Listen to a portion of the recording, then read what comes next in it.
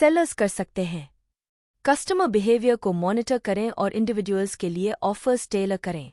GE lighting, जिसे अपने B2B customers से साल में 55,000 प्राइसिंग रिक्वेस्ट्स मिलती हैं, के पास वेब प्रोग्राम्स हैं जो प्राइसिंग कोर्ट में जाने वाले 300 फैक्टर्स का इवैल्यूएट करते हैं, जैसे कि पास्ट सेल्स डेटा और डिस्काउंट्स, ताकि वो प्रोसेसिंग टाइम को 30 दिनों से घटाकर 6 घंटे कर सकें। सर्टेन कस्टमर्स को स्पेशल प्राइसेस तक एक्सेस दे। रोल एक मेंबर्स ओनली वेबसाइट है जो लिमिटेड टाइम सेल्स के जरिए अपस्केल वुमेन्स फैशन, एक्सेसरीज और फुटवेयर बेचती है, आमतौर पर 2-डे इवेंट्स के माध्यम से। अदर बिजनेस मार्केटर्स पहले से ही एक्स्ट्रानेट्स का यूज कर रहे हैं ताकि किसी भी समय इन्वेंट्री, कॉस्ट्स और डिमांड पर प्रेसाइज हैंडल प्राप्त कर सकें और प्राइसेस को इंस्टेंटली एडजस्ट कर सकें। बायर्स और सेलर्स दोनों कर सकते हैं। ऑनलाइन ऑक्शंस और एक्सचेंजेस में या यहां तक कि इन पर्सन प्राइसेस नेगोशिएट कर सकते हैं। सैकड़ों एक्सेस और स्लाइटली वॉर्न विजेट्स बेचना चाहते हैं? ईबे पर एक सेल पोस्ट करें। Vintage baseball cards bargain price पर खरीदना चाहते हैं? www.baseball-cards.com पर जा। कंज्यूमर रिपोर्ट्स के अनुसार आधे से ज्यादा US अडल्ट्स ने पिछले 3 सालों में एवरीडे गुड्स और सर्विसेज पर बेटर डील के लिए बार्गेन करने की बात कही। लगभग 90% कम से कम एक बार सक्सेसफुल रहे। कुछ सक्सेसफुल टैक्टिक्स में शामिल थे: सेल्स पर्सन को बताया कि मैं कॉम्पिटिटर के प्राइसेस चेक करूंगा। 57% रिस्पोंडेंट्स वॉक इन स्टोर में लोअर प्राइसेस की तलाश की। 57% पर्सनल कनेक्शन बनाने के लिए सेल्स पर्सन के साथ बातचीत की। 46% लेवरेज के रूप में अदर स्टोर सर्कुलर्स या कूपन्स का यूज किया। 44% और यह देखने के लिए यूजर रिव्यूज चेक किए कि दूसरों ने क्या पे किया। 39% बदलता प्राइसिंग एनवायरनमेंट। प्राइसिंग प्रैक्टिसेस में काफी बदलाव आया है, जिसका श्रेय कुछ हद तक 2008 से 2009 में सीवियर रिसेशन, एक स्लो रिकवरी और रैपिड टेक्नोलॉजिकल एडवांसेस को जाता है। लेकिन नई मिलेनियल जनरेशन भी कंजम्पशन के लिए नए एटीट्यूड्स और वैल्यूज लाती है। अक्सर स्टूडेंट लोन्स और अदर फाइनेंशियल डिमांड्स के बोझ तले दबी यह जनरेशन लगभग 1977 और 1994 के बीच पैदा हुई, इस बात पर पुनर्विचार कर रही है कि उन्हें वास्तव में क्या ओन करने की जरूरत है। रेंटिंग, बोरोइंग और शेयरिंग कई लोगों के लिए वैलिड ऑप्शंस हैं। सैम्पलिंग के जरिए मुफ्त में प्रोडक्ट्स देना सालों से एक सक्सेसफुल मार्केटिंग टैक्टिक रहा है। एस्टी लॉडर ने सेलिब्रिटीज को कॉस्मेटिक्स के फ्री सैंपल्स दिए और अवार्ड्स शोज के ऑर्गेनाइजर्स विनर्स को ढेर सारे फ्री आइटम्स या गिफ्ट्स देते हैं, जिन्हें स्वैग कहा जाता है। जिलेट और HP जैसे अन्य मैन्युफैक्चरर्स ने अपना बिजनेस मॉडल होस्ट प्रोडक्ट को एसेंशियली कॉस्ट पर बेचने और जरूरी सप्लाईज जैसे रेजर ब्लेड्स और प्रिंटर इंक की सेल पर पैसा बनाने के इर्द-गिर्द बनाया। सॉफ्टवेयर कंपनीज ने भी सिमिलर प्रैक्टिसेस अपनाई। एडोबी ने 1994 में अपना एडोबी रीडर मुफ्त में दिया, जैसे मैक्रोमीडिया ने 1995 में अपने शॉकवेव प्लेयर के साथ किया। उनका सॉफ्टवेयर इंडस्ट्री स्टैंडर्ड बन गया, लेकिन फर्म्स ने असल में अपना पैसा अपना ऑथरिंग सॉफ्टवेयर बेचकर कमाया। हाल ही में ब्लॉगर, वेबलॉग और स्काइप जैसे स्टार्टअप्स एक फ्रीमियम स्ट्रैटेजी के साथ सक्सेसफुल हुए हैं, फ्री ऑनलाइन सर्विसेज जिसमें एक प्रीमियम कंपोनेंट होता है। वायर्ड के पूर्व editor in chief Chris Anderson मानते हैं कि एक डिजिटल मार्केटप्लेस में कंपनीज फ्री प्रोडक्ट्स के साथ पैसा कमा सकती हैं। सबूत के तौर पर वो क्रॉस सब्सिडीज, केबल सर्विस बेचने के लिए DVR मुफ्त में देना और फ्रीमियम्स, फ्लिकर ऑनलाइन फोटो मैनेजमेंट और शेयरिंग एप्लीकेशन सभी को मुफ्त में ऑफर करना, जबकि ज्यादा कमिटेड यूजर्स को सुपीरियर फ्लिकर प्रो बेचना पर रिलाई करने वाले रेवेन्यू मॉडल्स पेश करते हैं। कुछ ऑनलाइन फर्म्स ने सफलतापूर्वक from free to fee move किया है और सर्विसेज के लिए चार्ज करना शुरू कर दिया है। एक नए पार्टिसिपेटिव प्राइसिंग मैकेनिज्म के तहत जो कंज्यूमर्स को उस प्राइस पर डिसाइड करने देता है जो उन्हें वारंटेड लगता है, बायर्स अक्सर 0 से ज्यादा पे करना चूज करते हैं, और यहां तक कि इतना ज्यादा कि सेलर्स की रेवेन्यूज एक फिक्स्ड प्राइस से मिलने वाली रेवेन्यूज से भी बढ़ जाती हैं। रेड हैट ने सफलतापूर्वक एक फ्रीमियम मॉडल अप्लाई किया। ओपन सोर्स लिनक्स सॉफ्टवेयर के साथ पायनियर कंपनी अपने बिजनेस कस्टमर्स को स्टेबिलिटी और डिपेंडेबिलिटी ऑफर करती है। हर कुछ सालों में ये कॉन्स्टेंटली इवॉल्विंग सॉफ्टवेयर के एक वर्जन को फ्रीज करते हैं और एक लॉन्ग टर्म सपोर्ट एडिशन बेचते हैं जिसमें कस्टमाइज्ड एप्लीकेशंस, लिनक्स के बाद के वर्जन से बैकडेटेड अपडेट्स और कस्टमर सपोर्ट शामिल होते हैं। ये सब एक सब्सक्रिप्शन फी के लिए। रेड हैट अपने फेडोरा प्रोग्राम के जरिए लिनक्स के फ्री वर्जन के लिए डेवलपर्स और प्रोग्रामर्स के साथ भी काम करती है।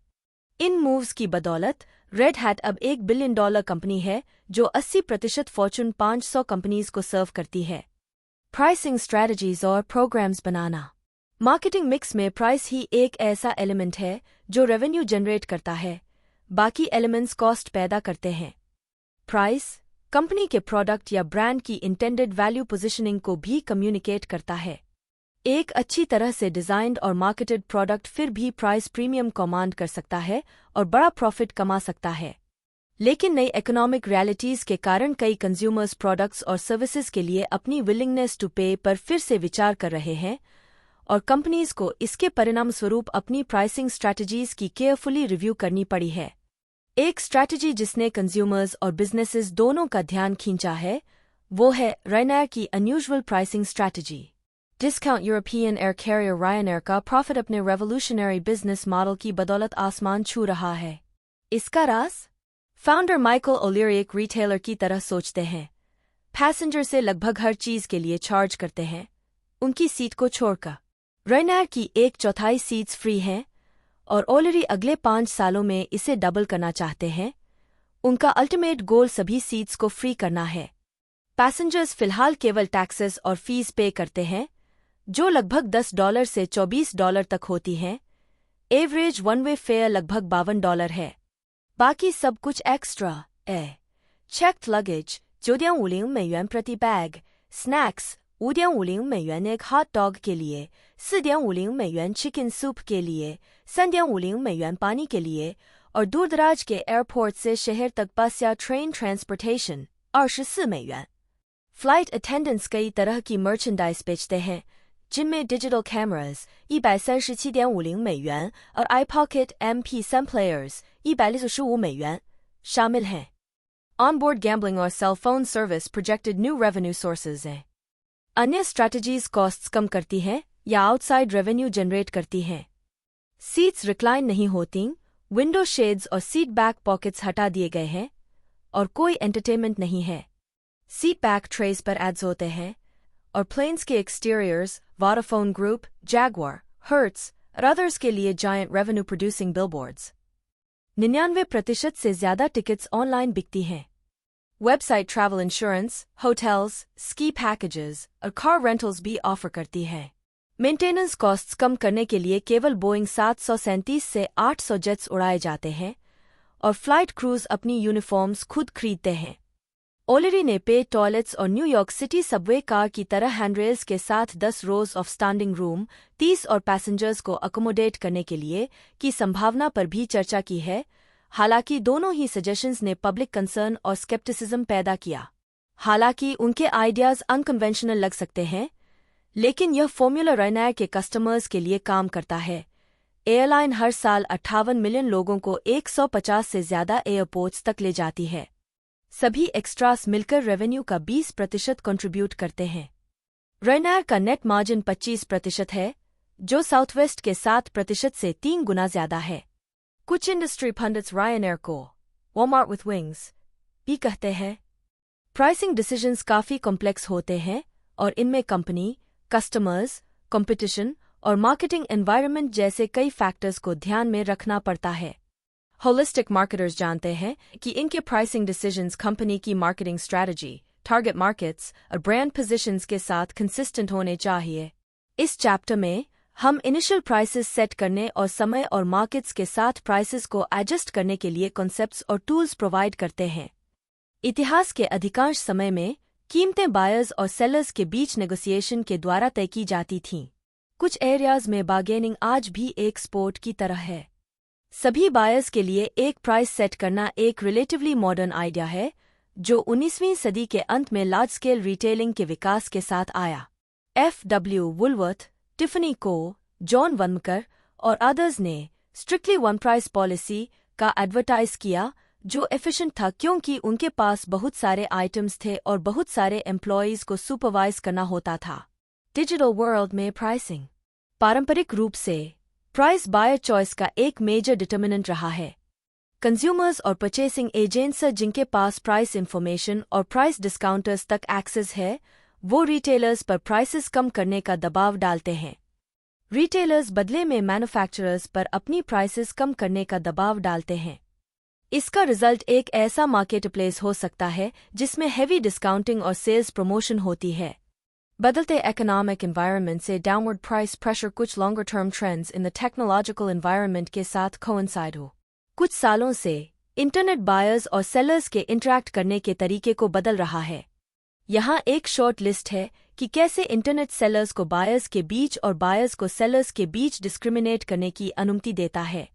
बायर्स कर सकते हैं हजारों वेंडर्स से इंस्टेंट प्राइस कंपैरिजंस प्राप्त कर सकते हैं। कस्टमर्स mySimon.com पर क्लिक करके मल्टीपल रिटेलर्स द्वारा ऑफर्ड प्राइसेस कंपेयर कर सकते हैं।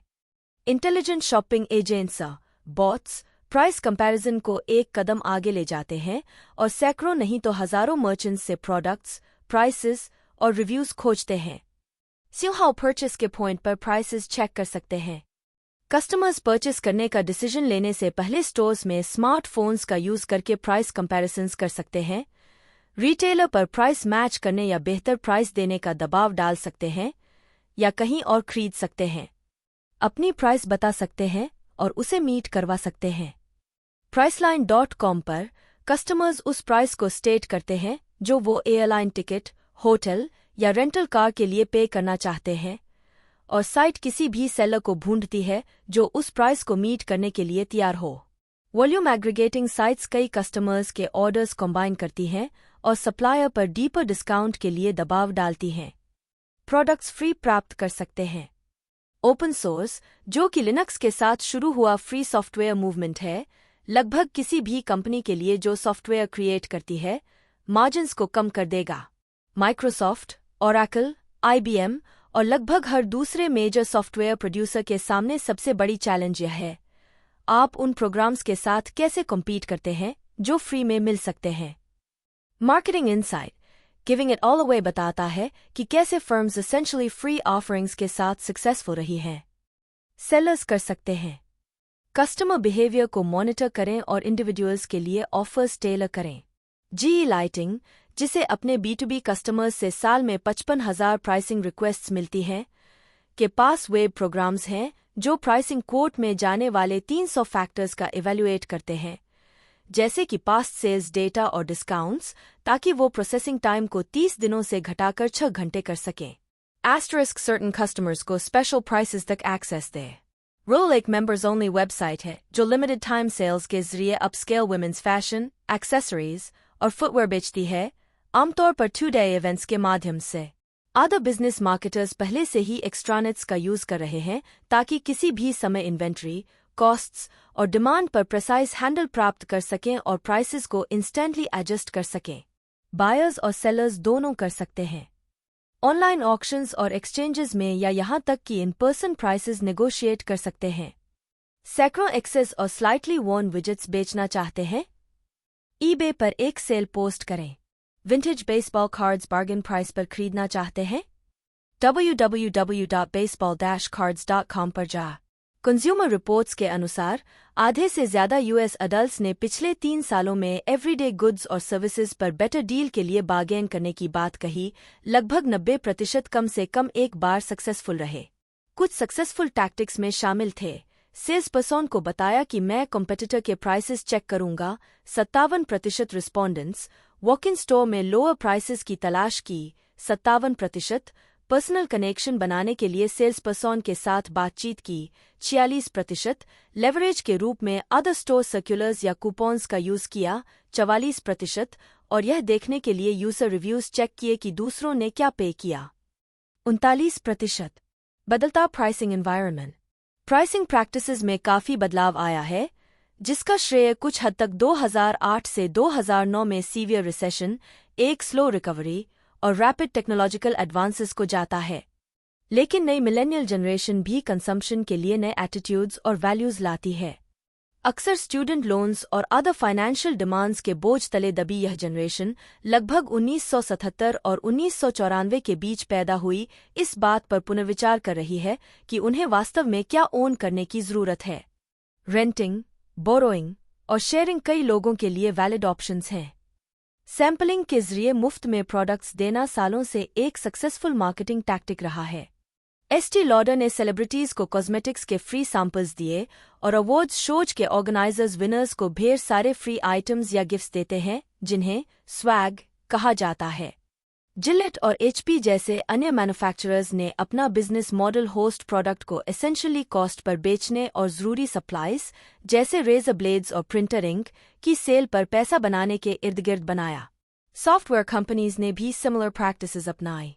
एडोबी ने 1994 में अपना एडोबी रीडर मुफ्त में दिया, जैसे मैक्रोमीडिया ने 1995 में अपने शॉकवेव प्लेयर के साथ किया। उनका सॉफ्टवेयर इंडस्ट्री स्टैंडर्ड बन गया, लेकिन फर्म्स ने असल में अपना पैसा अपना ऑथरिंग सॉफ्टवेयर बेचकर कमाया। हाल ही में ब्लॉगर, वेबलॉग और स्काइप जैसे स्टार्टअप्स एक फ्रीमियम स्ट्रैटेजी के साथ सक्सेसफुल हुए हैं। फ्री ऑनलाइन सर्विसेज जिसमें एक प्रीमियम कंपोनेंट होता है। वायर्ड के पूर्व editor in chief Chris Anderson मानते हैं कि एक डिजिटल मार्केटप्लेस में कंपनीज फ्री प्रोडक्ट्स के साथ पैसा कमा सकती हैं। सबूत के तौर पर वो क्रॉस सब्सिडीज, केबल सर्विस बेचने के लिए डीवीआर मुफ्त में देना और फ्रीमियम्स, फ्लिकर ऑनलाइन फोटो मैनेजमेंट और शेयरिंग एप्लीकेशन सभी को मुफ्त में ऑफर करना, जबकि ज्यादा कमिटेड यूजर्स को सुपीरियर फ्लिकर प्रो बेचना पर रिलाई करने वाले रेवेन्यू मॉडल्स पेश करते हैं। कुछ ऑनलाइन फर्म्स ने सफलतापूर्वक from free to fee move किया है और सर्विसेज के लिए चार्ज करना शुरू कर दिया है। एक नए पार्टिसिपेटिव प्राइसिंग मैकेनिज्म के तहत जो कंज्यूमर्स को उस प्राइस पर डिसाइड करने देता है जो उन्हें वारंटेड लगता है। बायर्स अक्सर जीरो से ज्यादा पे करना चूज करते हैं और यहां तक कि इतना ज्यादा कि सेलर्स की रेवेन्यूज एक फिक्स्ड प्राइस से मिलने वाली रेवेन्यूज से भी बढ़ जाती हैं। रेड हैट ने सफलतापूर्वक एक फ्रीमियम मॉडल अप्लाई किया। ओपन सोर्स लिनक्स सॉफ्टवेयर के साथ पायनियर कंपनी अपने बिजनेस कस्टमर्स को स्टेबिलिटी और डिपेंडेबिलिटी ऑफर करती है। हर कुछ सालों में ये कॉन्स्टेंटली इवॉल्विंग सॉफ्टवेयर के एक वर्जन को फ्रीज करते हैं और एक लॉन्ग टर्म सपोर्ट एडिशन बेचते हैं जिसमें कस्टमाइज्ड एप्लीकेशंस, लिनक्स के बाद के वर्जन से बैकडेटेड अपडेट्स और कस्टमर सपोर्ट शामिल होते हैं। ये सब एक सब्सक्रिप्शन फी के लिए। रेड हैट अपने फेडोरा प्रोग्राम के जरिए लिनक्स के फ्री वर्जन के लिए डेवलपर्स और प्रोग्रामर्स के साथ भी काम करती है। इन मूव्स की बदौलत रेड हैट अब $1 बिलियन कंपनी है जो 80% फॉर्चून 500 कंपनीज को सर्व करती है। कुछ लोगों का कहना है कि ये नए व्यवहार एक शेयरिंग इकोनॉमी बना रहे हैं जिसमें consumers bikes, cars, clothes, couches, apartments, tools और स्किल्स शेयर करते हैं और जो उनके पास पहले से है उससे ज्यादा वैल्यू एक्सट्रैक्ट करते हैं। जैसा कि एक शेयरिंग रिलेटेड एंटरप्रेन्योर ने कहा, हम एक ऐसी दुनिया से आगे बढ़ रहे हैं जहां हम ओनरशिप के इर्द गिर्द ऑर्गेनाइज्ड हैं, एक ऐसी दुनिया की ओर जहां हम एसेट्स तक एक्सेस के इर्द गिर्द ऑर्गेनाइज्ड हैं। एक शेयरिंग इकोनॉमी में कोई व्यक्ति कंज्यूमर और प्रोड्यूसर दोनों हो सकता है, दोनों रोल्स के बेनिफिट्स रीप कर सकता है। किसी भी एक्सचेंज में ट्रस्ट और एक अच्छी रेपुटेशन क्रूशल होती है, लेकिन एक शेयरिंग इकोनॉमी में ये इम्परेटिव हैं। ज्यादातर प्लेटफॉर्म्स जो शेयरिंग रिलेटेड बिजनेस का हिस्सा हैं, उनके पास किसी न किसी तरह का सेल्फ पुलिसिंग मैकेनिज्म होता है, जैसे कि पब्लिक प्रोफाइल्स और कम्युनिटी रेटिंग सिस्टम्स जो कभी कभी फेसबुक से लिंक्ड होते हैं। आइए बार्टरिंग और रेंटिंग पर नजर डालें, जो शेयरिंग इकोनॉमी के दो पिलर्स हैं। बार्टरिंग गुड्स एक्वायर करने के सबसे पुराने तरीकों में से एक है, जो यूनाइटेड स्टेट्स में एन्युअली अनुमानित $12 बिलियन के ट्रांजैक्शंस के साथ वापसी कर रहा है। फ्लोरिडा बार्टर जैसी ट्रेड एक्सचेंज कंपनीज और www.swap.com, https://www.swap.com जैसी वेबसाइट्स विन-विन सॉल्यूशंस की तलाश करने वाले लोगों और बिजनेसेस को कनेक्ट करती हैं। एक फाइनेंशियल एनालिस्ट ने क्लाइंट्स को फाइनेंशियल प्लान्स के बदले में बटर चर्निंग का ट्यूटोरियल और ट्रैपीज और फायर ब्रीदिंग लेसन्स ट्रेड किए हैं। डेड्यूपी पेरेंट्स को अपने बच्चों के आउटग्रोन और अनयूज्ड कपड़े और टॉयज को यूनाइटेड स्टेट्स भर में सिमिलर सिचुएशंस में दूसरे पेरेंट्स के साथ स्वैप करने की अनुमति देता है। जिमराइड कॉलेज कैंपसेस के लिए एक राइड शेयरिंग सोशल नेटवर्क है। एक्सपर्ट सलाह देते हैं कि बार्टर का यूज केवल उन गुड्स और सर्विसेज के लिए करें जो कोई वैसे भी पे करने के लिए तैयार होगा। स्पोर्टिंग गुड्स और आउटडोर गियर स्वैपिंग के लिए एक वेबसाइट के फाउंडर्स ने शेयरेबल ऑब्जेक्ट्स के लिए ये क्राइटेरिया बनाए: $100 से ज़्यादा लेकिन $500 से कम कॉस्ट हो, आसानी से ट्रांसपोर्टेबल हो और इनफ्रीक्वेंटली यूज्ड हो। रेंटिंग, नई शेयरिंग इकोनॉमी का जो सेक्टर वाकई में एक्सप्लोड हो रहा है वो है rentals. Rent the runway designer dresses के अफोर्डेबल रेंटल्स ऑफर करता है। कस्टमर्स को उनके द्वारा चुनी गई ड्रेस के 2 अलग-अलग साइजेस भेजे जाते हैं। बेहतर फिट इंश्योर करने के लिए $50 से $300 की कॉस्ट पर या रिटेल वैल्यू का लगभग 10%। साइट हर महीने 1 लाख कस्टमर्स ऐड कर रही है, आमतौर पर 15 से 35 साल की उम्र के। रेंटल इकोनॉमी में पायोनियर्स में से एक है Airbnb. Rhode Island school of design के ग्रेजुएट्स ब्रायन चेस्की और जो जेबिया को सैन फ्रांसिस्को में एक इंडस्ट्रियल डिजाइन कॉन्फ्रेंस के अटेंडीज को एयर मैट्रेसेस रेंट करके थोड़ा एक्स्ट्रा पैसा कमाने का आइडिया आया और उन्होंने $100 एयरबेडम breakfast.com invalid URL removed launch किया।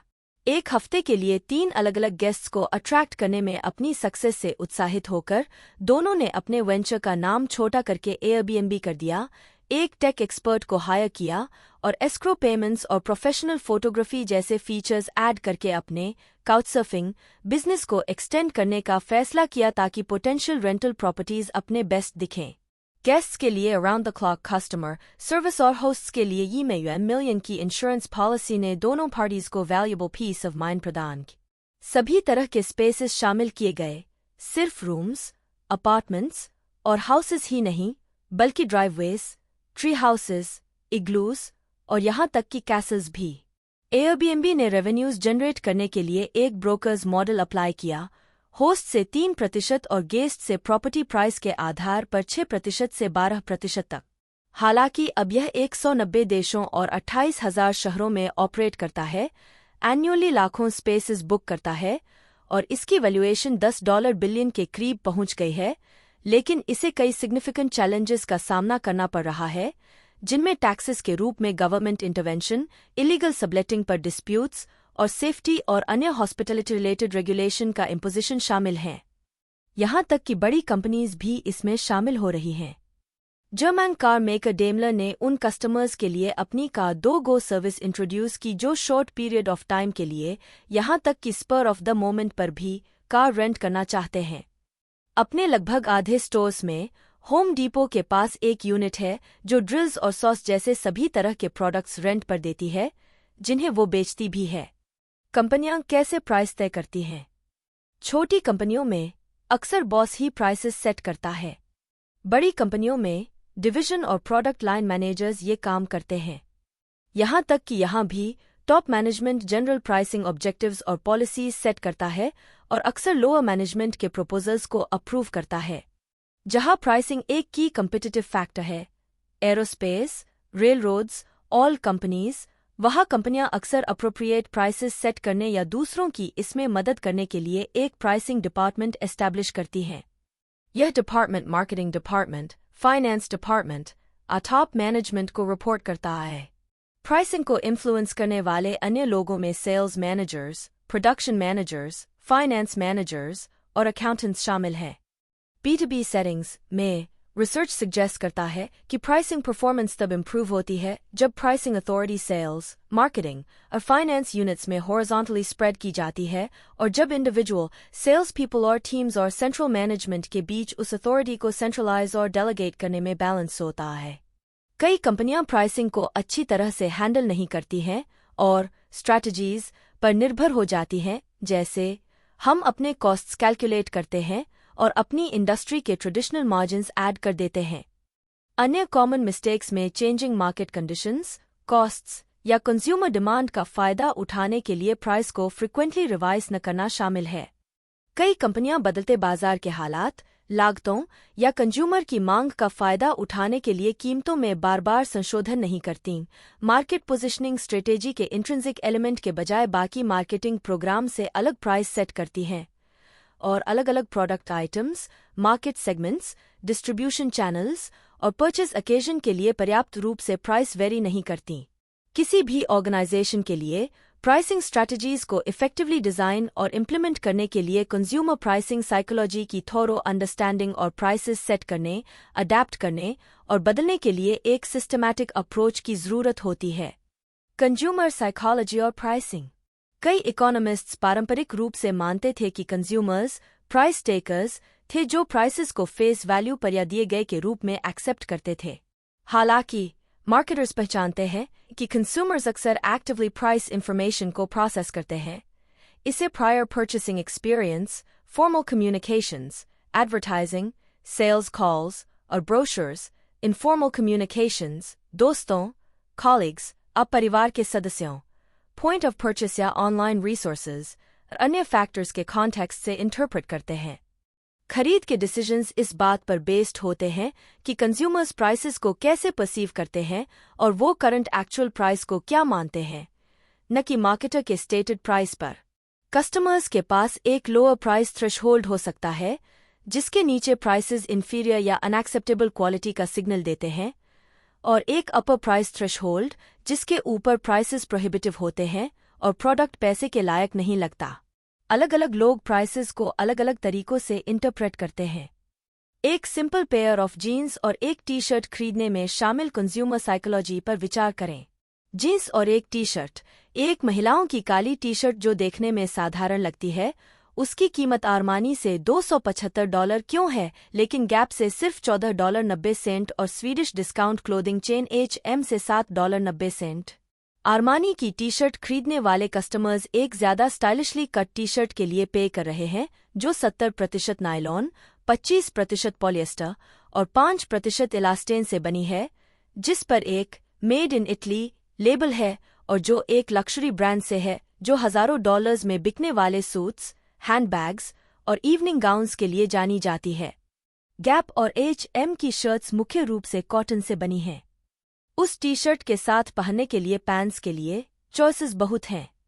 गैप अपने ओरिजिनल खॉकीज $14.50 में बेचता है, हालांकि एबरक्रॉम्बी फिच के क्लासिक बटनफ्लाई चिनोज की कीमत $70 है, लेकिन माइकल बैस्टन के प्लेन खॉकीज के $480 या जॉर्जियो आर्मानी के $595 की तुलना में यह एक कंपैरेटिव बार्गेन है।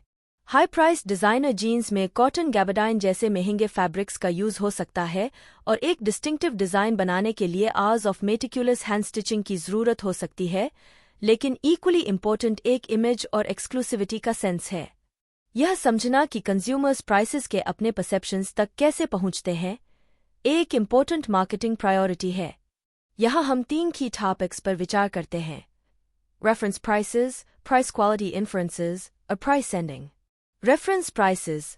हालांकि कंज्यूमर्स को प्राइस रेंजेस की काफ़ी अच्छी नॉलेज हो सकती है, लेकिन आश्चर्यजनक रूप से कम ही लोग स्पेसिफिक प्राइसेस को एक्यूरेटली रिकॉल कर सकते हैं। हालांकि प्रोडक्ट्स की जांच करते समय वो अक्सर रेफरेंस प्राइसेस का यूज करते हैं।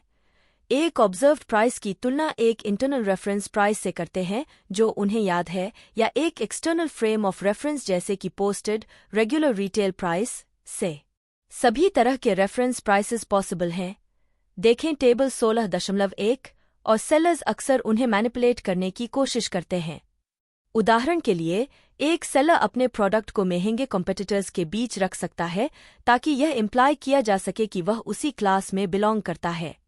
डिपार्टमेंट स्टोर्स महिलाओं के कपड़ों को प्राइस के आधार पर अलग अलग डिपार्टमेंट्स में डिस्प्ले करेंगे। ज्यादा महंगे डिपार्टमेंट में ड्रेसेस को बेहतर क्वालिटी का माना जाता है। मार्केटर्स एक हाई मैन्युफैक्चरर्स सजेस्टेड प्राइस बताकर, यह इंडिकेट करके कि प्राइस ओरिजिनली बहुत ज्यादा था, या एक कंपेटिटर के हाई प्राइस की ओर इशारा करके भी रेफरेंस प्राइस थिंकिंग को इंकरेज करते हैं। जब कंज्यूमर्स इनमें से एक या एक से अधिक फ्रेम्स ऑफ रेफरेंस को याद करते हैं, तो उनकी परसीव्ड प्राइस स्टेटेड प्राइस से अलग हो सकती है। रिसर्च में पाया गया है कि अप्रिय सरप्राइजेस, जब परसीव्ड प्राइस स्टेटेड प्राइस से कम होती है, परचेज लाइक्लीहुड पर सुखद सरप्राइजेस से अधिक इम्पैक्ट डाल सकते हैं। कंज्यूमर एक्सपेक्टेशंस भी प्राइस रिस्पांस में एक ही रोल प्ले कर सकती हैं। ईबे जैसी इंटरनेट ऑक्शन साइट्स पर जब कंज्यूमर्स को पता होता है कि सिमिलर गुड्स फ्यूचर ऑक्शंस में अवेलेबल होंगे, तो वे करंट ऑक्शन में कम बिड करेंगे। चतुर मार्केटर्स प्राइस को इस तरह फ्रेम करने की कोशिश करते हैं कि वो बेस्ट वैल्यू पॉसिबल सिग्नल करे। उदाहरण के लिए, एक रिलेटिवली एक्सपेंसिव आइटम कम महंगा लग सकता है अगर प्राइस को छोटी यूनिट्स में तोड़ दिया जाए, जैसे कि $50 प्रति माह से कम के लिए $500 का एनुअल मेंबरशिप, भले ही टोटल समान हो। Price quality inferences consumers quality के इंडिकेटर के रूप में प्राइस का यूज करते हैं। Image pricing perfumes, expensive cars और डिजाइनर क्लोथिंग जैसे ईगो सेंसिटिव प्रोडक्ट्स के साथ खास तौर पर इफेक्टिव है। $100 की परफ्यूम की बोतल में $10 की सेंट हो सकती है, लेकिन गिफ्ट गिवर्स रिसीवर के लिए अपने हाई रिगार्ड को कम्युनिकेट करने के लिए $100 पे करते हैं। कार्स की प्राइस और क्वालिटी परसेप्शंस इंटरैक्ट करती हैं। हायर प्राइस्ड कार्स को हाई क्वालिटी वाली परसीव किया जाता है। हायर क्वालिटी कार्स को भी वास्तव में उनकी कीमत से ज्यादा हायर प्राइस्ड परसीव किया जाता है। जब ट्रू क्वालिटी के बारे में इंफॉर्मेशन अवेलेबल होती है, तो प्राइस क्वालिटी का एक लेस सिग्निफिकेंट इंडिकेटर बन जाता है। जब यह इंफॉर्मेशन अवेलेबल नहीं होती है, तो प्राइस क्वालिटी के सिग्नल के रूप में एक्ट करता है। कुछ ब्रांड्स यूनिकनेस को सिग्निफाई करने और प्रीमियम प्राइसिंग को जस्टिफाई करने के लिए एक्सक्लूसिविटी और स्कैर्सिटी अपनाते हैं। वॉचेस, ज्वेलरी, परफ्यूम और अन्य प्रोडक्ट्स के लक्जरी गुड्स मेकर्स अक्सर अपने कम्युनिकेशन मैसेजेस और चैनल स्ट्रैटेजीज में एक्सक्लूसिविटी पर जोर देते हैं। लक्जरी गुड्स कस्टमर्स जो यूनिकनेस चाहते हैं, उनके लिए डिमांड वास्तव में प्राइस बढ़ा सकती है, क्योंकि तब उन्हें लगता है कि कम अदर कस्टमर्स प्रोडक्ट अफोर्ड कर सकते हैं। एक्सक्लूसिविटी की अपनी ऑरा को बनाए रखने के लिए फरारी ने जानबूझकर अपनी आइकॉनिक 200,000 या ज्यादा की इटालियन स्पोर्ट्स कार की सेल्स को 7,000 से नीचे कटेल कर दिया, बावजूद इसके कि चाइना, मिडिल ईस्ट और यूनाइटेड स्टेट्स में डिमांड बढ़ रही थी। लेकिन एक्सक्लूसिविटी और स्टेटस भी कस्टमर के अनुसार वेरी कर सकते हैं। ब्रह्मा बियर अपने होम मार्केट ब्राजील में एक नो फ्रिज लाइट ब्रू है, लेकिन यूरोप में थ्राइव हुई है, जहां इसे ब्राजील इन बॉटल के रूप में देखा जाता है। पैब्स्ट ब्लू रिबन यूएस के कॉलेज स्टूडेंट्स के बीच एक रेट्रो फेवरेट है, लेकिन इसकी सेल्स चाइना में एक्सप्लोड हुई है, जहां एक अपग्रेडेड बॉटल और स्कॉच विस्की की तरह एक प्रेशियस वुडन कास्क में मैच्योर्ड होने के क्लेम्स इसे $44 का प्राइस टैग कमांड करने की अनुमति देते हैं। प्राइस एंडिंग्स कई सेलर्स मानते हैं कि कीमतें एक और नंबर में एंड होनी चाहिए। कस्टमर्स $299 की कीमत वाले आइटम को $300 रेंज के बजाय $200 रेंज में परसीव करते हैं। वे कीमतों को राउंडिंग करने के बजाय लेफ्ट टू राइट प्रोसेस करते हैं। इस तरह से प्राइस एन्कोडिंग महत्वपूर्ण है अगर हायर राउंडेड प्राइस पर एक मेंटल प्राइस ब्रेक हो। 9 इंच एंडिंग्स की पॉपुलैरिटी के लिए एक और एक्सप्लेनेशन यह है कि वे डिस्काउंट या बार्गेन सजेस्ट करते हैं। इसलिए अगर कोई कंपनी एक हाई प्राइस इमेज चाहती है, तो उसे शायद ऑडेंडिंग टैक्टिक से बचना चाहिए। एक स्टडी से पता चला कि जब एक ड्रेस की कीमत $34 से बढ़कर $39 हुई तो डिमांड वास्तव में 1/3 बढ़ गई, लेकिन जब यह $34 से $44 तक बढ़ी तो कोई बदलाव नहीं हुआ। 0 और 5 में एंड होने वाली कीमतें भी पॉपुलर हैं और माना जाता है कि कंज्यूमर्स के लिए इन्हें प्रोसेस करना और मेमोरी से रिट्रीव करना आसान होता है। कीमतों के आगे सेल साइंस डिमांड को बढ़ाते हैं, लेकिन केवल तभी जब उनका ओवरयूज न किया जाए। टोटल कैटेगरी सेल्स सबसे ज्यादा होती हैं जब एक कैटेगरी में कुछ, लेकिन सभी नहीं, आइटम्स पर सेल साइंस होते हैं। एक सर्टेन पॉइंट के बाद सेल साइंस टोटल कैटेगरी सेल्स को गिरने का कारण बन सकते हैं। सेल साइंस और 9 में एंड होने वाली कीमतें जैसे प्राइसिंग क्यूज ज्यादा इन्फ्लुएंशियल होते हैं जब कंज्यूमर्स की प्राइस नॉलेज पुअर होती है, जब वे आइटम को इनफ्रीक्वेंटली परचेस करते हैं या कैटेगरी में नए हैं, और जब प्रोडक्ट डिजाइन समय के साथ वेरी होते हैं, प्राइसेस सीजनली वेरी होते हैं, या क्वालिटी या साइजेस स्टोर्स में अलग अलग होते हैं।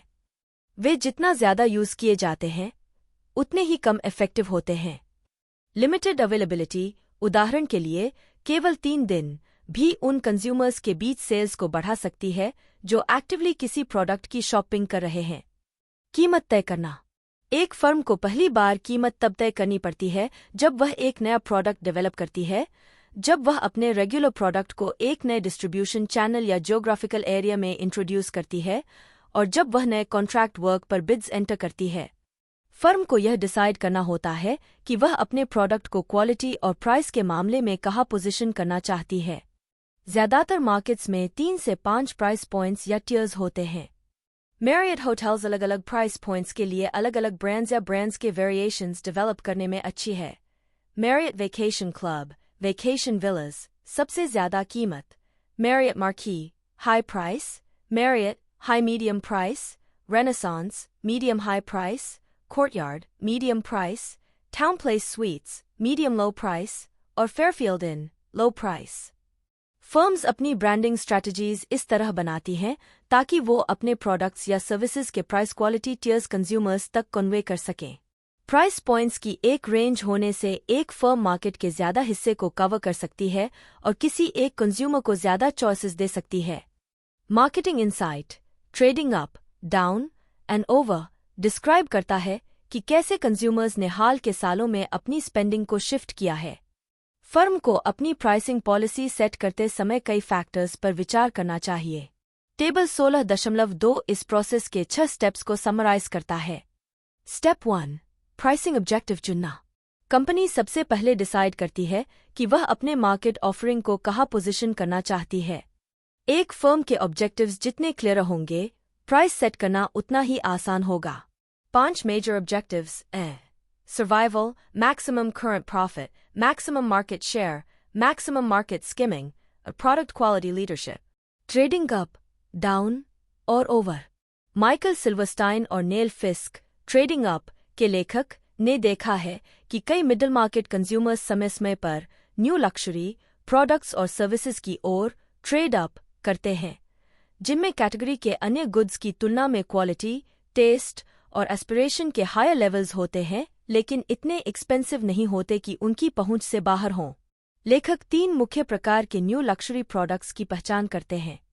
एक्सेसिबल सुपर प्रीमियम प्रोडक्ट्स जैसे कि विक्टोरिया सीक्रेट अंडरवियर और Kettle gourmet potato chips middle market brands की तुलना में सिग्निफिकेंट प्रीमियम कैरी करते हैं, फिर भी कंज्यूमर्स आसानी से उनकी ओर ट्रेड अप कर सकते हैं क्योंकि वे अफोर्डेबल कैटेगरीज में रिलेटिवली लो टिकट आइटम्स हैं। ओल्ड लक्जरी ब्रांड एक्सटेंशंस ऐतिहासिक रूप से हाई प्राइस्ड ब्रड्स को डाउन मार्केट एक्सटेंड करते हैं जबकि उनका कैशेट बनाए रखते हैं, जैसे कि मर्सिडीज बेंज सी क्लास और अमेरिकन एक्सप्रेस ब्लू कार्ड। सिंहॉल मैस्टेज गुड्स ऐसे कि कील्स स्किन केयर और Kendall Jackson wines average middle market brands और super premium old luxury brands के बीच प्राइस्ड होते हैं। वे हमेशा इमोशंस पर बेस्ड होते हैं और कंज्यूमर्स का उनके साथ अन्य गुड्स की तुलना में बहुत स्ट्रॉन्गर इमोशनल एंगेजमेंट होता है। इन इमोशनल बेनिफिट्स देने वाले ब्रड्स की ओर ट्रेड अप करने के लिए कंज्यूमर्स अक्सर स्टेपल आइटम्स या उन गुड्स के लिए वॉलमार्ट और कॉस्टको जैसे डिस्काउंटर्स पर शॉपिंग करके ट्रेड डाउन करते हैं, जो कोई इमोशनल बेनिफिट नहीं देते लेकिन फिर भी क्वालिटी और फंक्शनैलिटी डिलीवर करते हैं। जैसा कि एक कंज्यूमर ने एक्सप्लेन किया कि क्यों उसकी किचन में एक सब-जीरो रेफ्रिजरेटर, एक state of the art Fisher Paykel dishwasher और एक $900 का वार्मिंग ड्रॉअर था, लेकिन एक वेयरहाउस डिस्काउंटर से बाउंटी पेपर टॉवल्स का एक जायंट 12 पैक था। जब इस घर की बात आती है तो मैंने किसी भी चीज पर समझौता नहीं किया, लेकिन जब फूड शॉपिंग या क्लीनिंग प्रोडक्ट्स की बात आती है, अगर वो सेल पर नहीं है तो मैं उसे नहीं खरीदूंगी। हाल ही के इकोनॉमिक डाउनटर्न ने ट्रेडिंग डाउन की प्रिवेलेंस को बढ़ा दिया क्योंकि कई लोगों ने खुद को अपनी लाइफस्टाइल्स को सस्टेन करने में असमर्थ पाया। कंज्यूमर्स जरूरत से ज्यादा डिजायर से खरीदने लगे और ज्यादा फ्रिक्वेंटली प्राइस में ट्रेड डाउन करने लगे। उन्होंने कॉन्स्पिक्यूअस कंजम्पशन को त्याग दिया और कुछ लक्जरी गुड्स की सेल्स को नुकसान हुआ। यहाँ तक कि उन परचेसेस को भी स्क्रूटनाइज्ड किया जाने लगा जिन्हें पहले कभी चैलेंज नहीं किया गया था। लगभग $1 मिलियन US पेशेंट्स थर्लिंग में मेडिकल टूरिस्ट्स बन गए और lower cost per medical procedures के लिए ओवरसीज गए, कभी कभी US हेल्थ इंश्योरेंस कंपनीज के अर्जिंग पर। जैसे जैसे इकोनॉमी में सुधार हुआ और कंज्यूमर्स डिस्क्रेशनरी परचेसेस को टालते टालते थक गए, रिटेल सेल्स में तेजी आई, जिससे लक्जरी प्रोडक्ट्स को भी फायदा हुआ। हालांकि ट्रेडिंग अप और डाउन जारी रहा, साथ ही ट्रेडिंग ओवर या एक कैटेगरी से दूसरे कैटेगरी में स्पेंडिंग स्विच करना भी जारी रहा, जैसे कि एक नई कार के बजाय एक नया होम थिएटर सिस्टम खरीदना। अक्सर इसका मतलब प्रायोरिटीज सेट करना और कुछ कैटेगरीज में न खरीदने का डिसीजन लेना था ताकि दूसरों में खरीद सकें। ट्रेडिंग अप, डाउन और ओवर। माइकल सिल्वरस्टाइन और नेल फिस्क, ट्रेडिंग अप के लेखक, ने देखा है कि कई मिडिल मार्केट कंज्यूमर्स समय समय पर न्यू लक्जरी प्रोडक्ट्स और सर्विसेज की ओर ट्रेड अप करते हैं, जिनमें कैटेगरी के अन्य गुड्स की तुलना में क्वालिटी, टेस्ट और एस्पिरेशन के हायर लेवल्स होते हैं, लेकिन इतने एक्सपेंसिव नहीं होते कि उनकी पहुंच से बाहर हों। लेखक 3 मुख्य प्रकार के न्यू लक्जरी प्रोडक्ट्स की पहचान करते हैं। एक्सेसिबल सुपर प्रीमियम प्रोडक्ट्स जैसे कि विक्टोरिया सीक्रेट अंडरवियर और Kettle gourmet potato chips middle market brands की तुलना में सिग्निफिकेंट प्रीमियम कैरी करते हैं, फिर भी कंज्यूमर्स आसानी से उनकी ओर ट्रेड अप कर सकते हैं क्योंकि वे अफोर्डेबल कैटेगरीज में रिलेटिवली लो टिकट आइटम्स हैं। ओल्ड लक्जरी ब्रांड एक्सटेंशंस ऐतिहासिक रूप से हाई प्राइस्ड ब्रदसा को डाउन मार्केट एक्सटेंड करते हैं जबकि उनका कैशेट बनाए रखते हैं, जैसे कि मर्सिडीज बेंज सी क्लास और अमेरिकन एक्सप्रेस ब्लू कार्ड। सिंहाओ मैस्टेज गुड्स ऐसे कि कील्स स्किन केयर और Kendall Jackson wines average middle market brands और super premium old luxury brands के बीच प्राइस्ड होते हैं। वे हमेशा इमोशंस पर बेस्ड होते हैं और कंज्यूमर्स का उनके साथ अन्य गुड्स की तुलना में बहुत स्ट्रॉन्गर इमोशनल एंगेजमेंट होता है। इन इमोशनल बेनिफिट्स देने वाले ब्रदसा की ओर ट्रेड अप करने के लिए कंज्यूमर्स अक्सर स्टेपल आइटम्स या उन गुड्स के लिए वॉलमार्ट और कॉस्टको जैसे डिस्काउंटर्स पर शॉपिंग करके ट्रेड डाउन करते हैं, जो कोई इमोशनल बेनिफिट नहीं देते लेकिन फिर भी क्वालिटी और फंक्शनैलिटी डिलीवर करते हैं। जैसा कि एक कंज्यूमर ने एक्सप्लेन किया कि क्यों उसकी किचन में एक सबजीरो रेफ्रिजरेटर, एक state of the art Fisher Paykel dishwasher और एक $900 का वार्मिंग ड्रॉअर था, लेकिन एक वेयरहाउस डिस्काउंटर से बाउंटी पेपर टॉवल्स का एक जायंट 12 पैक था। जब इस घर की बात आती है तो मैंने किसी भी चीज पर समझौता नहीं किया, लेकिन जब फूड शॉपिंग या क्लीनिंग प्रोडक्ट्स की बात आती है, अगर वो सेल पर नहीं है तो मैं उसे नहीं खरीदूंगी। हाल ही के इकोनॉमिक डाउनटर्न ने ट्रेडिंग डाउन की प्रिवेलेंस को बढ़ा दिया क्योंकि कई लोगों ने खुद को अपनी लाइफस्टाइल्स को सस्टेन करने में असमर्थ पाया। कंज्यूमर्स ज़रूरत से ज़्यादा डिज़ायर से खरीदने लगे और ज़्यादा फ्रिक्वेंटली प्राइस में ट्रेड डाउन करने लगे। उन्होंने कॉन्स्पिक्यूअस कंजम्पशन को त्याग दिया और कुछ लक्जरी गुड्स की सेल्स को नुकसान हुआ। यहाँ तक कि उन परचेसेस को भी स्क्रूटनाइज्ड किया जाने लगा जिन्हें पहले कभी चैलेंज नहीं किया गया था। लगभग $1 मिलियन US पेशेंट्स स्टर्लिंग में मेडिकल टूरिस्ट्स बन गए और lower cost per medical procedures के लिए ओवरसीज गए, कभी कभी US हेल्थ इंश्योरेंस कंपनीज के अर्जिंग पर। जैसे जैसे इकोनॉमी में सुधार हुआ और कंज्यूमर्स डिस्क्रेशनरी परचेसेस को टालते टालते थक गए, रिटेल सेल्स में तेजी आई, जिससे लक्जरी प्रोडक्ट्स को भी फायदा हुआ।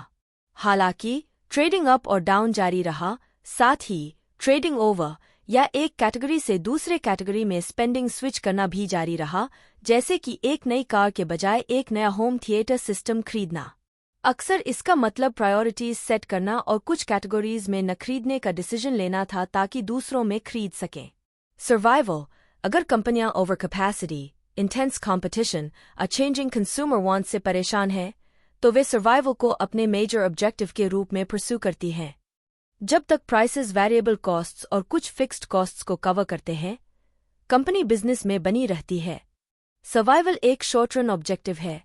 लॉन्ग रन में फर्म को वैल्यू ऐड करना सीखना होगा या एक्सटिंक्शन का सामना करना होगा।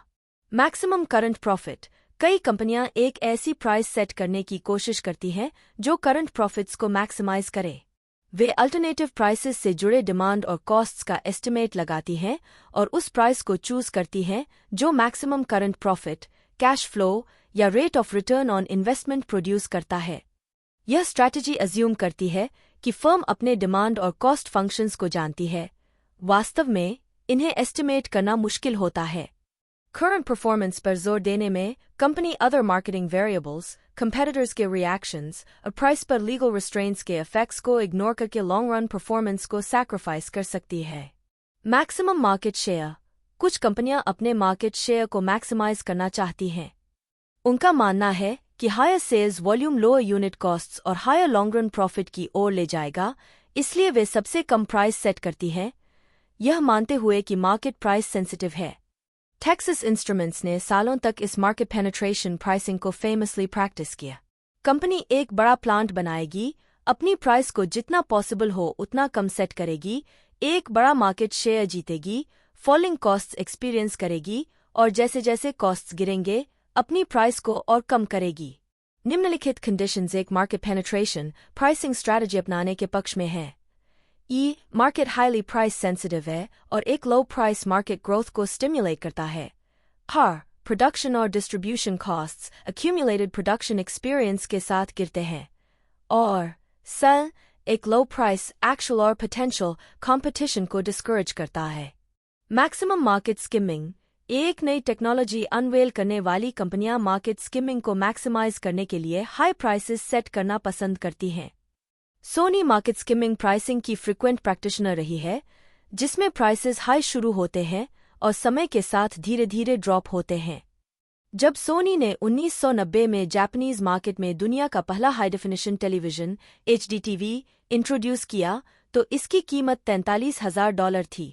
ताकि सोनी मार्केट के वेरियस सेगमेंट्स से maximum amount of revenue scheme कर सके, प्राइस सालों के दौरान स्टेडली ड्रॉप हुआ। एक 28 इंच सोनी HD टीवी की कीमत 1993 में सिर्फ $6,000 से ज्यादा थी, लेकिन एक 42 inch Sony LED HD TV की कीमत 20 साल बाद 2013 में केवल $579 थी। हालांकि यह स्ट्रैटेजी फैटल हो सकती है अगर कोई वर्दी कॉम्पिटिटर लो प्राइस करने का फैसला करता है।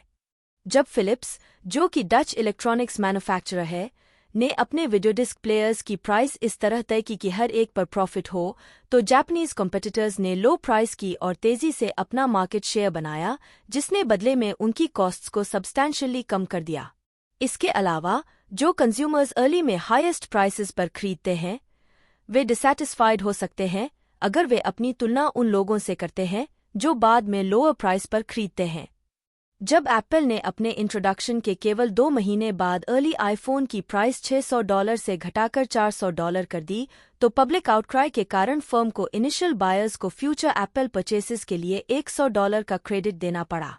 मार्केट स्किमिंग निम्नलिखित कंडीशंस में सेंस बनाता है। 1. पर्याप्त संख्या में बायर्स की हाई करंट डिमांड है। 2. स्मॉल वॉल्यूम प्रोड्यूस करने की यूनिट कॉस्ट्स इतनी ज्यादा हैं कि what the traffic will beer charge करने के एडवांटेज को कैंसिल कर दें। 3. हाई इनिशियल प्राइस मार्केट में ज्यादा कॉम्पिटिटर्स को अट्रैक्ट नहीं करता है। और 4. हाई प्राइस एक सुपीरियर प्रोडक्ट की इमेज कम्युनिकेट करता है। प्रोडक्ट क्वालिटी लीडरशिप, एक कंपनी का एम मार्केट में प्रोडक्ट क्वालिटी लीडर बनना हो सकता है। कई ब्रांड्स अफोर्डेबल लक्जरीज बनने की कोशिश करती हैं। प्रोडक्ट्स या सर्विसेज जिनकी विशेषता high levels of perceived quality, taste और स्टेटस होती है, और प्राइस बस इतना ज्यादा होता है कि कंज्यूमर्स की पहुंच से बाहर न हो। स्टारबक्स, अवेडा, विक्टोरियाज सीक्रेट, BMW और वाइकिंग जैसे ब्रांड्स ने अपने कैटेगरीज में क्वालिटी लीडर्स के रूप में खुद को पोजीशन किया है। क्वालिटी, लक्जरी और प्रीमियम प्राइसेस को एक इंटेंसली लॉयल कस्टमर बेस के साथ कंबाइन करके ग्रे गूस और एब्सोल्यूट ने एसेंशियली ओडरलेस, कलरलेस और टेस्टलेस वोडका कैटेगरी में क्लेवर ऑन प्रेमिस और ऑफ प्रेमिस मार्केटिंग के जरिए एक सुपर प्रीमियम निच बनाई जिससे ब्रांड्स हिप और एक्सक्लूसिव लगे। अन्य ऑब्जेक्टिव्स, नॉन प्रॉफिट और पब्लिक ऑर्गेनाइजेशंस के अन्य प्राइसिंग ऑब्जेक्टिव्स हो सकते हैं। एक यूनिवर्सिटी पार्शियल कॉस्ट रिकवरी का एम रखती है, यह जानते हुए कि उसे अपनी रिमेनिंग कॉस्ट्स को कवर करने के लिए प्राइवेट गिफ्ट्स और पब्लिक ग्रांट्स पर रिलाई करना होगा। एक नॉन प्रॉफिट हॉस्पिटल अपने प्राइसिंग में फुल कॉस्ट रिकवरी का एम रख सकता है। एक नॉन प्रॉफिट थिएटर कंपनी अपनी प्रोडक्शंस की प्राइस इस तरह सेट कर सकती है कि मैक्सिमम नंबर ऑफ सीट्स पर जा। एक social service agency client income के हिसाब से सर्विस प्राइस सेट कर सकती है। स्पेसिफिक ऑब्जेक्टिव जो भी हो, बिजनेसेस जो प्राइस को एक स्ट्रैटेजिक टूल के रूप में यूज करती हैं, उन्हें उन बिजनेसेस से ज्यादा प्रॉफिट होगा जो सिंपली कॉस्ट्स या मार्केट को अपनी प्राइसिंग डिटरमाइन करने देती हैं। आर्ट म्यूजियम्स के लिए, जो अपनी रेवेन्यूज का एवरेज केवल 5% एडमिशन चार्जेस से कमाते हैं, प्राइसिंग एक मैसेज भेज सकता है जो उनकी पब्लिक इमेज और उन्हें मिलने वाले डोनेशंस और स्पॉन्सरशिप्स की अमाउंट को अफेक्ट करता है। स्टेप 2, डिमांड का निर्धारण।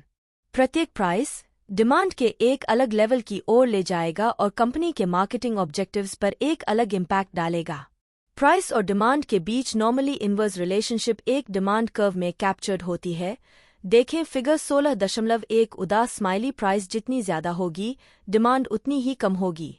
प्रेस्टीज गुड्स के लिए डिमांड कर्व कभी कभी अपवर्ड स्लोप करती है। कुछ कंज्यूमर्स हायर प्राइस को एक बेहतर प्रोडक्ट का संकेत मानते हैं।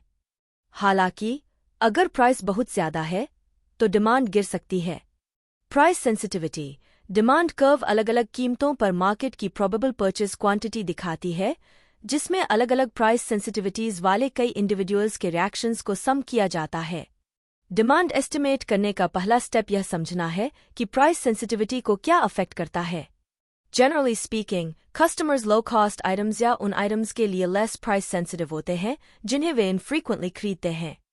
वे तब भी लेस प्राइस सेंसिटिव होते हैं जब 1. फ्यू या नो सब्स्टिट्यूट्स या कॉम्पिटिटर्स होते हैं। 2. वे हायर प्राइस को रेडिली नोटिस नहीं करते हैं। 3. वे अपनी बाइंग हैबिट्स को चेंज करने में स्लो होते हैं। 4. उन्हें लगता है कि हायर प्राइसेस जस्टिफाइड हैं। और 5. प्राइस प्रोडक्ट को ऑब्टेन करने, ऑपरेट करने और उसकी लाइफटाइम में सर्विस करने की टोटल कॉस्ट का केवल एक स्मॉल पार्ट है।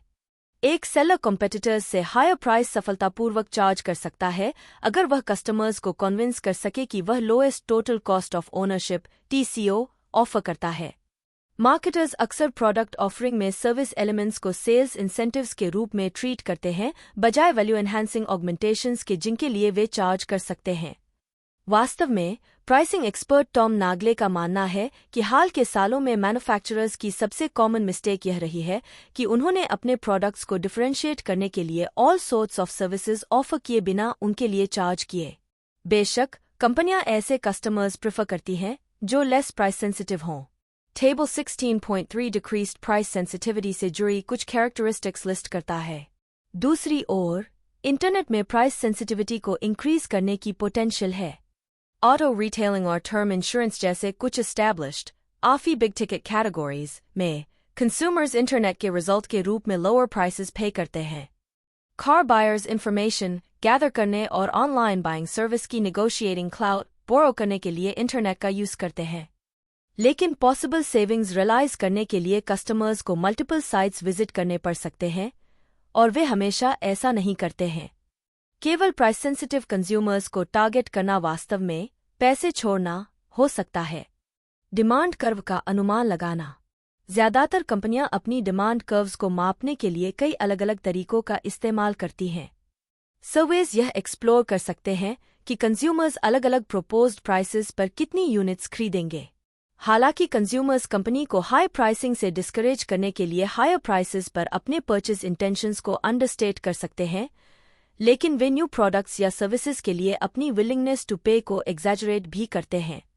प्राइस एक्सपेरिमेंट्स एक स्टोर में अलग अलग प्रोडक्ट्स के प्राइसेस या सिमिलर टेरिटरीज में सैम प्रोडक्ट के प्राइस को वेरी कर सकते हैं, यह देखने के लिए कि बदलाव सेल्स को कैसे अफेक्ट करता है। ऑनलाइन एक e-commerce site purchase response compare करने के लिए हर 40वें विजिटर को हायर प्राइस कोट करके 5% प्राइस इंक्रीज के इम्पैक्ट को टेस्ट कर सकती है। हालांकि उसे यह केयरफुली करना चाहिए और कस्टमर्स को एलिनेट नहीं करना चाहिए या किसी भी तरह से कंपटीशन को रिड्यूस करते हुए नहीं दिखना चाहिए, जिससे शर्मन एंटीट्रस्ट एक्ट का उल्लंघन होगा। Past prices, quantities sold, और अदर फैक्टर्स का स्टैटिस्टिकल एनालिसिस उनके रिलेशनशिप्स को रिवील कर सकता है। डेटा लॉन्गिट्यूडिनल, समय के साथ, या क्रॉस सेक्शनल, एक ही समय में अलग अलग लोकेशंस से हो सकता है। अप्रोप्रिएट मॉडल बनाना और डेटा को प्रॉपर स्टैटिस्टिकल टेक्निक्स के साथ फिट करना कंसिडरेबल स्किल की मांग करता है, लेकिन सोफिस्टिकेटेड प्राइस ऑप्टिमाइजेशन सॉफ्टवेयर और डेटाबेस मैनेजमेंट में एडवांसेस ने मार्केटर्स की प्राइसिंग ऑप्टिमाइज करने की एबिलिटीज को इम्प्रूव किया है। एक बड़ी retail chain, good better best, power drills की एक लाइन $90, $120 और $130 में बेच रही थी। सबसे कम और सबसे महंगी ड्रिल्स की सेल्स ठीक थीं, लेकिन मिड प्राइस ड्रिल की सेल्स पिछड़ रही थीं। एक प्राइस ऑप्टिमाइजेशन एनालिसिस के आधार पर रिटेलर ने मिड प्राइस ड्रिल की प्राइस घटाकर $120 कर दी। लो प्राइस ड्रिल की सेल्स 4% गिर गई क्योंकि यह कम बार्गेन लग रही थी, लेकिन मिड प्राइस ड्रिल की सेल्स 11% बढ़ गईं। इसके रिजल्ट के रूप में प्रॉफिट्स बढ़ गए। प्राइस डिमांड रिलेशनशिप को मापने में मार्केट रिसर्चर को वेरियस फैक्टर्स को कंट्रोल करना चाहिए जो डिमांड को इन्फ्लुएंस करेंगे। कंपेटिटर का रिस्पॉन्स एक डिफरेंस पैदा करेगा। साथ ही, अगर कंपनी प्राइस के अलावा मार्केटिंग प्रोग्राम के अन्य एस्पेक्ट्स को भी चेंज करती है, तो प्राइस चेंज के इफेक्ट को आइसोलेट करना मुश्किल होगा। Price elasticity of demand, marketers को यह जानने की जरूरत है कि डिमांड प्राइस में चेंज के प्रति कितनी रिस्पॉन्सिव या इलास्टिक है। फिगर 16.1 में दो डिमांड कर्व्स पर विचार करें। डिमांड कर्व में $10 से $15 तक प्राइस इंक्रीज होने पर डिमांड में 105 से 100 तक रिलेटिवली स्मॉल डिक्लाइन होता है। डिमांड कर्व बी में सैम प्राइस इंक्रीज डिमांड में 150 से 50 तक सब्सटैंशियल ड्रॉप की ओर ले जाता है। अगर प्राइस में स्मॉल चेंज के साथ डिमांड मुश्किल से बदलती है तो हम कहते हैं कि यह इनइलास्टिक है। अगर डिमांड कंसिडरेबली चेंज होती है तो यह इलास्टिक है। इलास्टिसिटी जितनी ज्यादा होगी, 1% प्राइस रिडक्शन से रिजल्टिंग वॉल्यूम ग्रोथ उतनी ही ज्यादा होगी। अगर डिमांड इलास्टिक है तो सेलर्स ज्यादा टोटल रेवेन्यू प्रोड्यूस करने के लिए प्राइस कम करने पर विचार करेंगे। यह तब तक सेंस बनाता है जब तक ज्यादा यूनिट्स प्रोड्यूस और सेल करने की कॉस्ट्स डिस्प्रोपोर्शनेटली नहीं बढ़ती। प्राइस इलास्टिसिटी कॉन्टेम्प्लेटेड प्राइस चेंज के मैग्नीट्यूड और डायरेक्शन पर डिपेंड करती है। यह स्मॉल प्राइस चेंज के साथ नेग्लिजिबल और लार्ज प्राइस चेंज के साथ सब्सटैंशियल हो सकती है। यह प्राइस कट के लिए प्राइस इंक्रीज की तुलना में अलग हो सकती है और एक प्राइस इंडिफरेंस बैंड हो सकता है जिसके भीतर प्राइस चेंजेस का लिटिल या नो इफेक्ट होता है। अंत में long run price elasticity short run elasticity से अलग हो सकती है। बायर्स प्राइस इंक्रीज के बाद भी करंट सप्लायर से खरीदना जारी रख सकते हैं, लेकिन इवेंचुअली सप्लायर्स स्विच कर सकते हैं।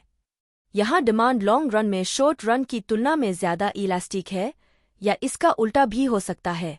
बायर्स प्राइस इंक्रीज के बाद एक सप्लायर को ड्रॉप कर सकते हैं, लेकिन बाद में वापस आ सकते हैं। शॉर्ट रन और लॉन्ग रन इलास्टिसिटी के बीच का डिस्टिंक्शन इसका मतलब है कि सेलर्स को प्राइस चेंज का टोटल इफेक्ट तब तक नहीं पता चलेगा जब तक समय नहीं बीतता। रिसर्च से पता चला है कि कंज्यूमर्स टफ इकोनॉमिक टाइम्स के दौरान प्राइसेस के प्रति ज्यादा सेंसिटिव होते हैं, लेकिन यह सभी कैटेगरीज में ट्रू नहीं है। प्राइस इलास्टिसिटी पर एकेडमिक रिसर्च के 6 साल के पीरियड के एक कॉम्प्रहेंसिव रिव्यू ने इंटरेस्टिंग फाइंडिंग्स दिए हैं। सभी प्रोडक्ट्स, मार्केट्स, टाइम पीरियड्स में एवरेज प्राइस इलास्टिसिटी -2.62। दूसरे शब्दों में, कीमतों में 1% की कमी से सेल्स में 2.62% की वृद्धि हुई। Price elasticity magnitudes durable goods के लिए अन्य गुड्स की तुलना में अधिक थीं और प्रोडक्ट लाइफ साइकिल के इंट्रोडक्शन ग्रोथ स्टेजेस में मैच्योर डिक्लाइन स्टेजेस की तुलना में अधिक थीं। इन्फ्लेशन ने सब्सटैंशियली हायर प्राइस इलास्टिसिटीज की ओर ले जाया, खासकर शॉर्ट रन में।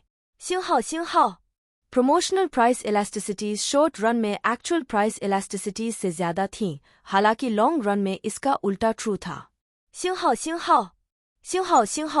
प्राइस इलास्टिसिटीज इंडिविजुअल आइटम या SKU लेवल पर ओवरऑल ब्रांड लेवल की तुलना में अधिक थी। स्टेप 3, कॉस्ट्स का अनुमान लगाना। डिमांड उस प्राइस पर एक सीलिंग सेट करती है जो कंपनी अपने प्रोडक्ट के लिए चार्ज कर सकती है। कॉस्ट्स फ्लोर सेट करते हैं। कंपनी एक ऐसी प्राइस चार्ज करना चाहती है जो प्रोडक्ट को प्रोड्यूस, डिस्ट्रीब्यूट और सेल करने की उसकी कॉस्ट को कवर करे, जिसमें उसके एफर्ट और रिस्क के लिए एक फेयर रिटर्न भी शामिल हो। फिर भी जब कंपनियां अपने फुल कॉस्ट्स को कवर करने के लिए प्रोडक्ट्स की प्राइस तय करती हैं, तो प्रॉफिटेबिलिटी हमेशा नेट रिजल्ट नहीं होती है। कॉस्ट्स के प्रकार और प्रोडक्शन के लेवल्स। एक कंपनी के कॉस्ट्स 2 फॉर्म्स में होते हैं, फिक्स्ड और वेरिएबल।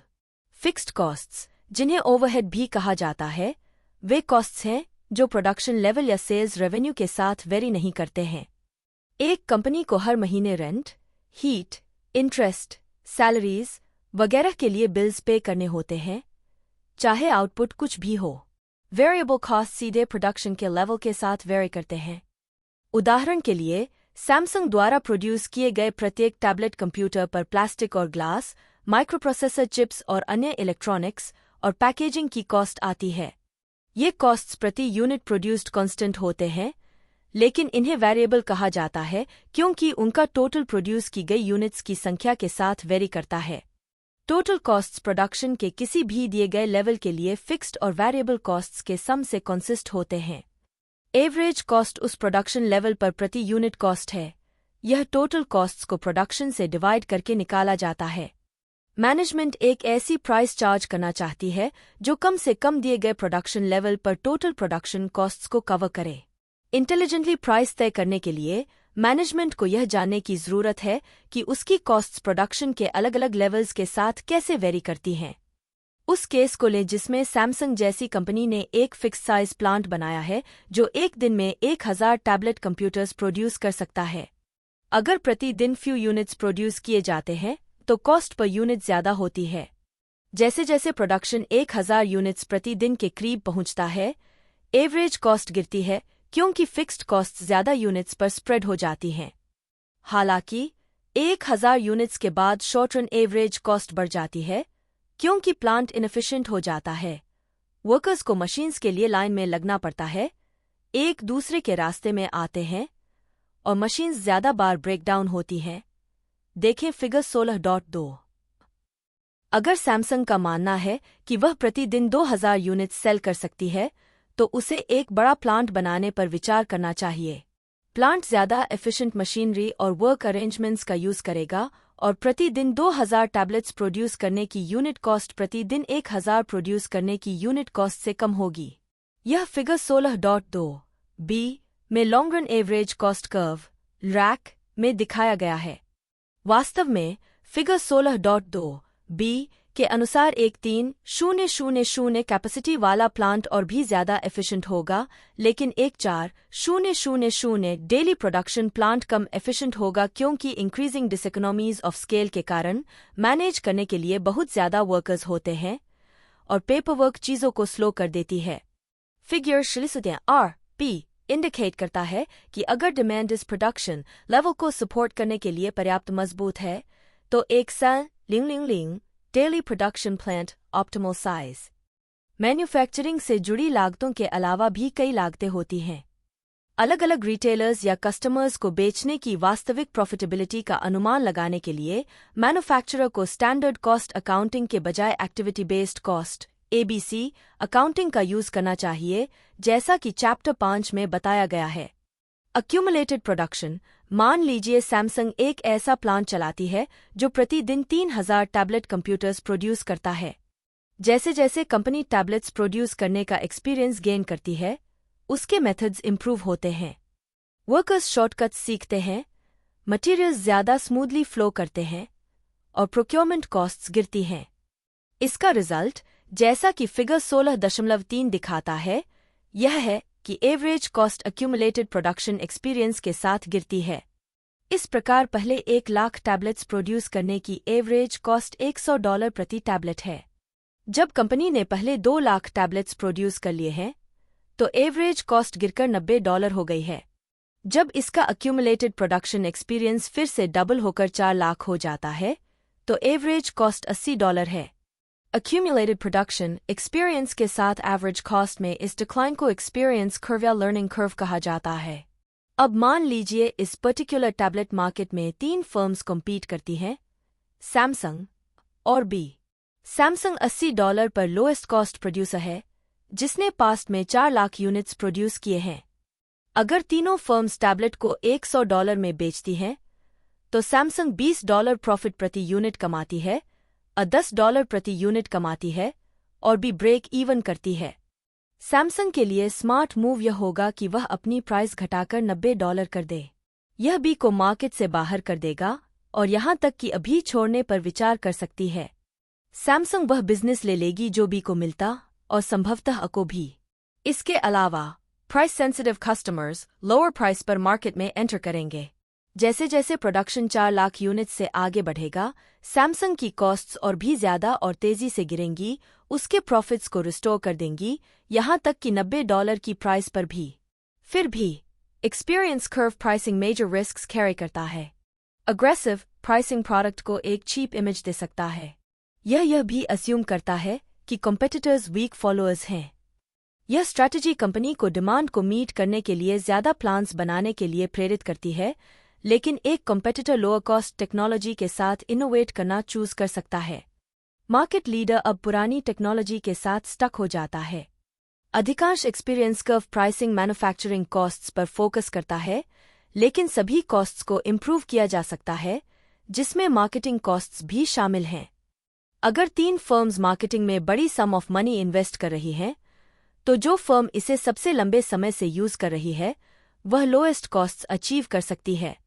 यह फर्म अपने प्रोडक्ट के लिए थोड़ा कम चार्ज कर सकती है और फिर भी सैम रिटर्न कमा सकती है, बाकी सभी कॉस्ट्स इक्वल होने पर। लागतों में कटौती कैसे करें? Target costing. लागतें प्रोडक्शन स्केल और एक्सपीरियंस के साथ बदलती हैं। वे डिजाइनर्स, इंजीनियर्स और परचेसिंग एजेंट्स के एक कंसंट्रेटेड एफर्ट के रिजल्ट के रूप में भी बदल सकती हैं, जो टारगेट कॉस्टिंग के जरिए उन्हें रिड्यूस करने की कोशिश करते हैं। मार्केट रिसर्च एक नए प्रोडक्ट के डिजायर्ड फंक्शंस और उस प्राइस को एस्टैब्लिश करता है जिस पर वह बिकेगा, उसके अपील और कॉम्पिटिटर्स के प्राइसेस को देखते हुए। यह प्राइस डिजायर्ड प्रॉफिट मार्जिन घटाने के बाद टारगेट कॉस्ट छोड़ देता है, जिसे मार्केटर को अचीव करना होता है। फर्म को प्रत्येक cost element, design, engineering, manufacturing, sales की जांच करनी चाहिए और कॉस्ट्स को नीचे लाना चाहिए ताकि final cost projections target range में हों। जब कोनाग्रा फूड्स ने हायर कमोडिटी कॉस्ट्स को कवर करने के लिए अपने बैंक्वेट फ्रोजन डिनर्स के लिस्ट प्राइसेस बढ़ाने का फैसला किया, तो मील्स की एवरेज रिटेल प्राइस $1 से बढ़कर $1.25 हो गई। जब सेल्स में सिग्निफिकेंटली गिरावट आई, तो मैनेजमेंट ने $1 की प्राइस पर वापस लौटने का वादा किया, जिसके लिए परचेसिंग और शिपिंग को सेंट्रलाइज करने, लेस एक्सपेंसिव इंग्रेडिएंट्स यूज करने और स्मॉलर पोर्शंस डिजाइन करने जैसे कई तरीकों से $250 मिलियन की अन्य लागतों में कटौती करनी पड़ी। कॉस्ट कटिंग इतनी डीप नहीं होनी चाहिए कि ब्रांड प्रॉमिस और डिलीवर्ड वैल्यू से समझौता हो जाए। पीटी क्रूजर की शुरुआती सक्सेस के बावजूद क्राइसलर ने कुछ रीडिजाइन से बचकर और चीपर रेडियोस और इंफीरियर मटेरियल्स के साथ कॉस्ट्स कट करके ज्यादा प्रॉफिट निकालने का चॉइस किया। एक समय बेस्ट सेलिंग कार रही पीटी क्रूजर को अंततः बंद कर दिया गया। अपैरल मेकर्स कॉस्ट्स कट करने के लिए कपड़ों के डिजाइन्स में ट्वीक करते हैं, लेकिन overly shallow pants, pockets, waist bands जो रोल ओवर हो सकते हैं और बटन्स जो क्रैक हो जाते हैं, उनसे बचने के लिए केयरफुल रहते हैं। Marketing memo how to cut costs describe करता है कि कैसे फर्म्स प्रॉफिटेबिलिटी इंप्रूव करने के लिए सफलतापूर्वक कॉस्ट्स कट कर रही हैं। चरण 4, कॉम्पिटिटर्स के कॉस्ट्स, प्राइसेस और ऑफर्स का विश्लेषण करना। मार्केट डिमांड और कंपनी की लागतों द्वारा पहचानी गई पॉसिबल प्राइसेस की रेंज के भीतर फर्म को कॉम्पिटिटर्स के कॉस्ट्स, प्राइसेस और पॉसिबल रिएक्शंस को ध्यान में रखना चाहिए। अगर फर्म के ऑफर में ऐसे फीचर्स हैं जो नियरेस्ट कॉम्पिटिटर द्वारा ऑफर नहीं किए जाते हैं, तो उसे कस्टमर के लिए उनकी वर्थ का इवैल्यूएट करना चाहिए और उस वैल्यू को कॉम्पिटिटर के प्राइस में जोड़ना चाहिए। अगर कॉम्पिटिटर के ऑफर में कुछ ऐसे फीचर्स हैं जो फर्म द्वारा ऑफर नहीं किए जाते हैं, तो फर्म को उनकी वैल्यू को अपनी प्राइस से घटाना चाहिए। अब फर्म डिसाइड कर सकती है कि वह कॉम्पिटिटर से ज्यादा, समान या कम चार्ज कर सकती है। वैल्यू प्राइस्ड कॉम्पिटिटर्स कम कीमत और उच्च गुणवत्ता का पावरफुल कॉम्बिनेशन ऑफर करने वाली कंपनियां दुनिया भर में कंज्यूमर्स के दिल और वॉलेट्स जीत रही हैं। Aldi, Yixinghao Trade Financial, JetBlue Airways, Southwest Airlines, Target, Walmart जैसे वैल्यू प्लेयर्स लगभग हर उम्र और इनकम लेवल के कंज्यूमर्स के groceries, apparel, airline tickets, financial services, अन्य गुड्स और सर्विसेज खरीदने के तरीके को ट्रांसफॉर्म कर रहे हैं। ट्रेडिशनल प्लेयर्स को थ्रेटन महसूस करना सही है। अपस्टार्ट फर्म्स अक्सर एक या कुछ कंज्यूमर सेगमेंट्स को सर्व करने, बेहतर डिलीवरी या सिर्फ एक एडिशनल बेनिफिट प्रोवाइड करने और कम कीमतों को हाईली एफिशिएंट ऑपरेशंस के साथ मैच करके कॉस्ट्स कम रखने पर रिलाय करती हैं। उन्होंने क्वालिटी और प्राइस के बीच ट्रेड ऑफ के बारे में कंज्यूमर एक्सपेक्टेशंस को बदल दिया है। एक स्कूल ऑफ थॉट यह है कि कंपनियों को वैल्यू प्राइस्ड कॉम्पिटिटर्स के साथ कम्पीट करने के लिए अपने खुद के लो कॉस्ट ऑपरेशंस तभी सेटअप करने चाहिए जब 1. उनके एग्जिस्टिंग बिजनेसेस इसके रिजल्ट के रूप में ज्यादा कम्पिटिटिव बनेंगे और 2. नए बिजनेस को कुछ ऐसे एडवांटेजेस मिलेंगे जो उसे इंडिपेंडेंट रहने पर नहीं मिलते। लो कॉस्ट ऑपरेशंस जो HSBC, इंग, मेरिल लिंच और रॉयल बैंक ऑफ स्कॉटलैंड द्वारा सेटअप किए गए हैं, क्रमशः फर्स्ट डायरेक्ट, इंग डायरेक्ट, ML डायरेक्ट और डायरेक्ट लाइन इंश्योरेंस, कुछ हद तक ओल्ड और न्यू लाइन्स ऑफ बिजनेस के बीच सिनर्जीज की बदौलत सफल होते हैं। मेजर एयरलाइंस ने भी अपने लो कॉस्ट कैरियर्स इंट्रोड्यूस किए हैं, लेकिन कॉन्टिनेंटल का लाइट, KLM का बस, SAS का स्नोफ्लेक और यूनाइटेड का शटल सभी असफल रहे हैं, जिसका एक कारण सिनर्जीज की कमी है। लो कॉस्ट ऑपरेशन को अपने आप में एक मनी मेकर के रूप में डिजाइन और लॉन्च किया जाना चाहिए, न कि केवल एक डिफेंसिव प्ले के रूप में। चरण 1, एक प्राइसिंग मेथड चुनना। ग्राहकों के डिमांड स्केड्यूल, कॉस्ट फंक्शन और कॉम्पिटिटर्स के प्राइसेस को देखते हुए कंपनी अब एक प्राइस सिलेक्ट करने के लिए तैयार है। फिगर शीर्ष प्राइस सेटिंग में 3 मेजर कंसिडरेशंस को समराइज करता है। कॉस्ट्स प्राइस के लिए एक फ्लोर सेट करते हैं। सिंहाओ कंपेटिटर्स के प्राइसेस और सब्स्टिट्यूट्स की प्राइस एक ओरिएंटिंग पॉइंट प्रोवाइड करते हैं। एस्टरिस्क कस्टमर्स का यूनिक फीचर्स का असेसमेंट प्राइस सीलिंग एस्टैब्लिश करता है। कंपनियां एक प्राइसिंग मेथड सिलेक्ट करती हैं जिसमें इन 3 कंसिडरेशंस में से एक या एक से अधिक शामिल होते हैं। हम 7 प्राइस सेटिंग मेथड्स की जांच करेंगे। Markup pricing, target return pricing, perceived value pricing, EDLP, going rate pricing और auction type pricing. Markup pricing अब से एलिमेंटरी प्राइसिंग मेथड प्रोडक्ट की कॉस्ट में एक स्टैंडर्ड मार्कअप ऐड करना है। Construction companies total project cost का एस्टिमेट लगाकर और प्रॉफिट के लिए एक स्टैंडर्ड मार्कअप ऐड करके जॉब बिड्स सबमिट करती हैं। वकील और अकाउंटेंट्स आमतौर पर अपने टाइम और कॉस्ट्स पर एक स्टैंडर्ड मार्कअप ऐड करके प्राइस तय करते हैं। मान लीजिए एक टोस्टर मैन्युफैक्चरर के पास निम्नलिखित कॉस्ट्स और सेल्स एक्सपेक्टेशंस हैं। सिंहाओ वेरिएबल कॉस्ट प्रति unit 10 美元 Asterisk fixed costs $300,000 Asterisk expected unit sales 50,000 manufacturer की यूनिट कॉस्ट इस प्रकार दी गई है। Asterisk unit cost equals variable cost plus fixed cost / unit sales. Asterisk equals $10 plus $300,000 / 50,000. 星号等于16 美元 अब मान लीजिए मैन्युफैक्चरर सेल्स पर 20% मार्कअप अर्न करना चाहता है। मैन्युफैक्चरर का मार्कअप प्राइस इस प्रकार दिया गया है। Asterisk markup price equals unit cost / 1 desired return on sales. 星号等于16 美元 1-0.2 星号等于20 美元 manufacturer dealers से $20 प्रति टोस्टर चार्ज करेगा और $4 प्रति यूनिट का प्रॉफिट कमाएगा। अगर डीलर्स अपनी सेलिंग प्राइस पर 50% अर्न करना चाहते हैं तो वे टोस्टर को 100% मार्कअप करके $40 में बेचेंगे। मार्कअप्स आमतौर पर सीजनल आइटम्स न बिकने के रिस्क को कवर करने के लिए, specialty items, slower moving items, high storage and handling costs वाले items और demand inelastic items ऐसे कि prescription drugs पर ज्यादा होते हैं। क्या स्टैंडर्ड मार्कअप्स का यूज लॉजिकल सेंस बनाता है? आम तौर पर नहीं। कोई भी प्राइसिंग मेथड जो करंट डिमांड, परसीव्ड वैल्यू और कंपटीशन को इग्नोर करता है, ऑप्टिमल प्राइस की ओर ले जाने की संभावना नहीं है। मार्कअप प्राइसिंग केवल तभी काम करता है जब मार्कअप प्राइस वास्तव में सेल्स के एक्सपेक्टेड लेवल को लाता है। गौर कीजिए कि पार्कर हैनिफिन में क्या हुआ। पार्कर हैनिफिन जब डॉन वॉशक्विच ने पार्कर हैनिफिन, जो एरोस्पेस, ट्रांसपोर्टेशन और मैन्युफैक्चरिंग इंडस्ट्रीज के लिए 8 लाख इंडस्ट्रियल पार्ट्स बनाती है, के CEO का पद संभाला तो प्राइसिंग एक ही तरीके से किया जाता था।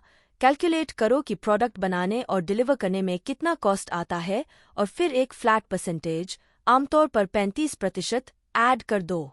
भले ही यह मेथड हिस्टोरिकली वेल रिसीव्ड था, वॉशक्विच ने कंपनी को एक रिटेलर की तरह ज्यादा सोचने और कस्टमर्स जो पे करने के लिए तैयार थे वो चार्ज करने के लिए प्रेरित किया। कंपनी के 115 अलग अलग डिविजन्स से शुरुआती रेजिस्टेंस का सामना करते हुए वॉशक्विच ने 50 सबसे कॉमनली दिए जाने वाले रीजंस की एक लिस्ट तैयार की कि क्यों नई प्राइसिंग स्कीम फेल होगी और अनाउंस किया कि वह केवल उन आर्ग्यूमेंट्स को सुनेंगे जो लिस्ट में नहीं थे। नई प्राइसिंग स्कीम ने पार्कर हैनिफिन के प्रोडक्ट्स को 4 कैटेगरीज में डाल दिया, इस आधार पर कि कितनी कंपटीशन मौजूद थी।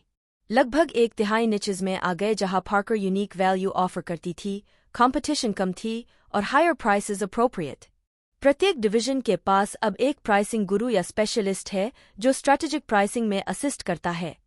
इंडस्ट्रियल फिटिंग्स बनाने वाली डिवीजन ने 2000 अलग अलग आइटम्स की रिव्यू की और कंक्लूड किया कि 28% की प्राइस बहुत कम थी और प्राइसेस को 3% से 60% तक बढ़ा दिया। इस नए स्ट्रैटेजिक प्राइसिंग अप्रोच से हायर मार्जिन्स के रिजल्ट के रूप में पार्कर का एस्टिमेट है कि उसने 2005 से 2011 के फिस्कल ईयर्स के दौरान $1 बिलियन का प्रॉफिट ऐड किया है। फिर भी मार्कअप प्राइसिंग पॉपुलर बना हुआ है। पहला, सेलर्स कॉस्ट्स को डिमांड एस्टिमेट करने की तुलना में बहुत आसानी से डिटरमाइन कर सकते हैं। प्राइस को कॉस्ट से टाई करके सेलर्स प्राइसिंग टास्क को सिंप्लीफाई करते हैं। दूसरा, जब इंडस्ट्री की सभी फर्म्स इस प्राइसिंग मेथड का यूज करती हैं तो प्राइसेस सिमिलर होते हैं और प्राइस कंपटीशन मिनिमाइज हो जाती है। तीसरा, कई लोगों को लगता है कि कॉस्ट प्लस प्राइसिंग बायर्स और सेलर्स दोनों के लिए फेयर है। सेलर्स बायर्स का एडवांटेज नहीं लेते जब उनकी डिमांड एक्यूट हो जाती है, और सेलर्स इन्वेस्टमेंट पर एक फेयर रिटर्न कमाते हैं। टारगेट रिटर्न प्राइसिंग में फर्म वह प्राइस डिटरमिन करती है जो इन्वेस्टमेंट पर उसके टारगेट रेट ऑफ रिटर्न को यील्ड करती है। पब्लिक यूटिलिटीज, जिन्हें इन्वेस्टमेंट पर एक फेयर रिटर्न बनाने की जरूरत होती है, अक्सर इस मेथड का यूज करती हैं। मान लीजिए टोस्टर मैन्युफैक्चरर ने बिजनेस में $1 मिलियन इन्वेस्ट किए हैं और 20% ROI, स्पेसिफिकली $2 लाख अर्न करने के लिए एक प्राइस सेट करना चाहता है। टारगेट रिटर्न प्राइस निम्नलिखित फॉर्मूला द्वारा दिया जाता है: *target return price equals unit cost plus desired return *invested capital / unit sales * equals $16 plus 0.20 $1 million / 50,000 星号等于$20 manufacturer इस 20% ROI को रियलाइज करेगा बशर्ते उसकी कॉस्ट्स और एस्टिमेटेड सेल्स एक्यूरेट साबित हों। लेकिन क्या होगा अगर सेल्स 50,000 यूनिट्स तक नहीं पहुंचती? मैन्युफैक्चरर एक ब्रेक इवन चार्ट तैयार कर सकता है यह जानने के लिए कि अन्य सेल्स लेवल्स पर क्या होगा। देखें फिगर 16.5। फिक्स्ड कॉस्ट्स $3 लाख हैं, चाहे सेल्स वॉल्यूम कुछ भी हो। वेरिएबल कॉस्ट्स, जो फिगर में नहीं दिखाई गई हैं, वॉल्यूम के साथ बढ़ती हैं। टोटल कॉस्ट्स फिक्स्ड और वेरिएबल कॉस्ट्स के सम के बराबर होती हैं। टोटल रेवेन्यू कर्व 0 से शुरू होती है और प्रत्येक यूनिट बिकने के साथ बढ़ती है। टोटल रेवेन्यू और टोटल कॉस्ट कर्व 30,000 यूनिट्स पर इंटरसेक्ट करते हैं। यह ब्रेक इवन वॉल्यूम है। हम इसे निम्नलिखित फॉर्मूले से वेरीफाई कर सकते हैं: break even volume fixed cost बटा प्राइस वेरिएबल कॉस्ट 星号等于30万美元、20美元、10美元。星号等于3万。 निर्माता बेशक उम्मीद कर रहा है कि मार्केट $20 पर 50,000 यूनिट्स खरीदेगा, जिस स्थिति में वह अपने $1 मिलियन के निवेश पर $2 लाख कमाएगा, लेकिन बहुत कुछ प्राइस इलास्टिसिटी और कॉम्पिटिटर्स के प्राइसेस पर निर्भर करता है। दुर्भाग्य से टारगेट रिटर्न प्राइसिंग इन कंसिडरेशंस को इग्नोर करता है। निर्माता को अलग अलग कीमतों पर विचार करने और सेल्स वॉल्यूम और प्रॉफिट्स पर उनके संभावित प्रभावों का अनुमान लगाने की आवश्यकता है। निर्माता को अपने फिक्स्ड या वेरिएबल कॉस्ट्स को कम करने के तरीकों की भी तलाश करनी चाहिए, क्योंकि लोअर कॉस्ट्स उसके रिक्वायर्ड ब्रेक इवन वॉल्यूम को डिक्रीज करेंगे। ताइवान की एसर ने अपने रॉक बॉटम प्राइसेस के माध्यम से टैबलेट मार्केट में शेयर हासिल किया, जो उसकी बेयरबोन्स कॉस्ट स्ट्रैटेजी से संभव हुआ। एसर केवल रिटेलर्स और अन्य आउटलेट्स के माध्यम से बेचती है और सभी मैन्युफैक्चरिंग और असेंबली को आउटसोर्स करती है, जिससे उसका ओवरहेड सेल्स के 8% तक रिड्यूस हो जाता है, जबकि डेल का 14% और HP का 15% है। Perceived value pricing. अब बढ़ती संख्या में कंपनियां अपनी प्राइस कस्टमर की परसीव्ड वैल्यू पर बेस करती हैं। परसीव्ड वैल्यू कई इनपुट से बनी होती है, जैसे कि बायर की प्रोडक्ट परफॉर्मेंस की image, channel deliverables, warranty quality, customer support और सॉफ्टवेयर एट्रीब्यूट्स जैसे कि सप्लायर की रेपुटेशन, ट्रस्टवर्दीनेस और एस्टीम। कंपनियों को अपने वैल्यू प्रोपोजिशन द्वारा प्रॉमिस्ड वैल्यू डिलीवर करनी चाहिए और कस्टमर को इस वैल्यू को परसीव करना चाहिए।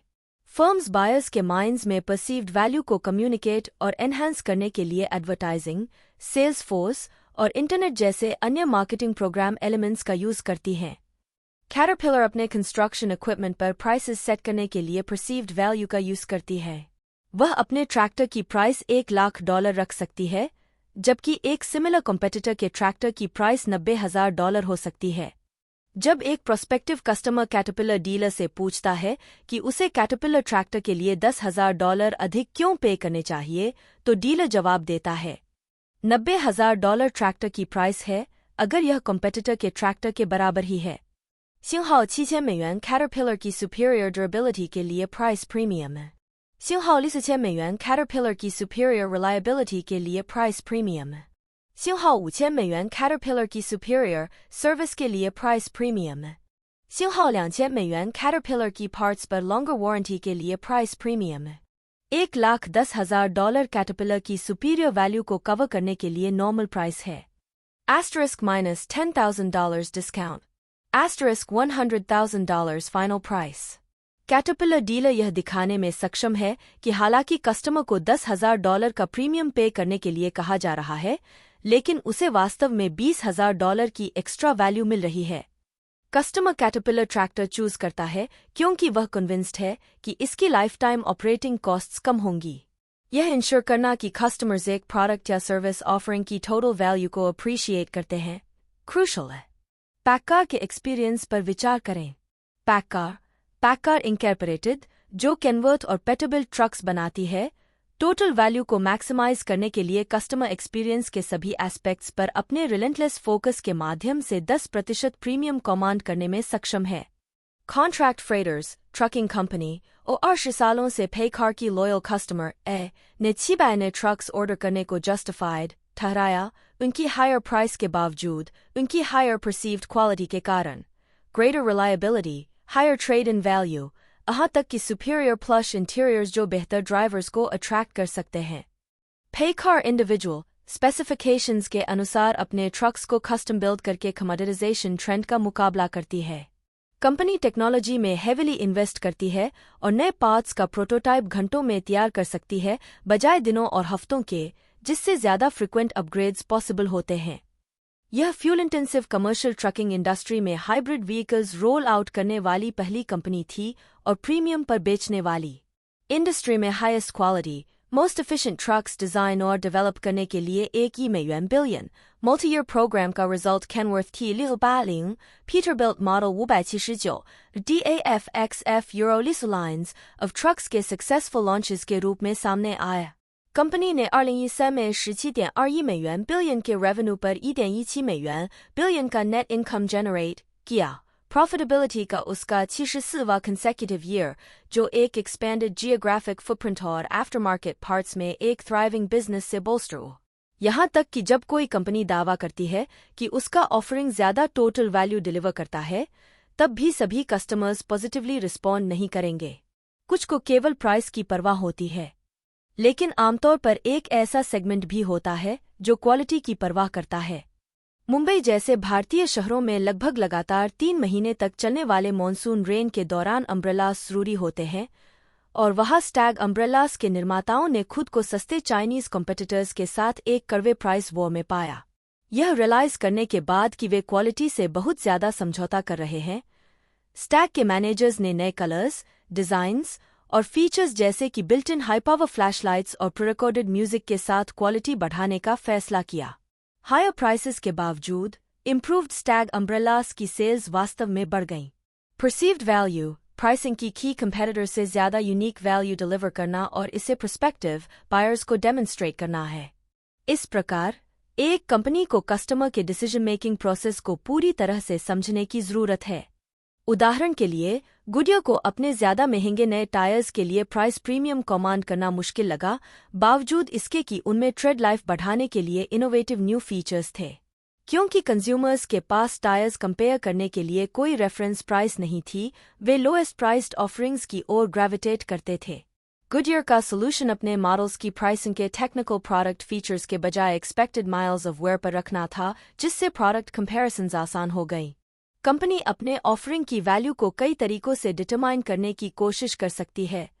कंपनी के भीतर मैनेजरियल जजमेंट्स, सिमिलर प्रोडक्ट्स की value, focus groups, surveys, experimentation, historical data का एनालिसिस और कंजॉइंट एनालिसिस। वैल्यू प्राइसिंग अपनाने वाली कंपनियां हाई क्वालिटी ऑफरिंग के लिए फेयरली लो प्राइस चार्ज करके लॉयल कस्टमर्स जीतती हैं। इस प्रकार value pricing simply lower prices set करने का मामला नहीं है। यह large number of value conscious customers को अट्रैक्ट करने के लिए क्वालिटी से समझौता किए बिना कंपनी के ऑपरेशंस को री-इंजीनियर करके लो कॉस्ट प्रोड्यूसर बनने का मामला है। वैल्यू प्राइसिंग के बेस्ट प्रैक्टिशनर्स में आइकिया, टारगेट और साउथवेस्ट एयरलाइंस शामिल है। 1990 के दशक की शुरुआत में प्रॉक्टर गैम्बल ने काफी हलचल मचाई जब उसने पैम्पर्स और Luvs diapers, liquid Tide detergent और फोल्जर्स कॉफी जैसे सुपरमार्केट स्टैपल्स के प्राइसेस रिड्यूस किए।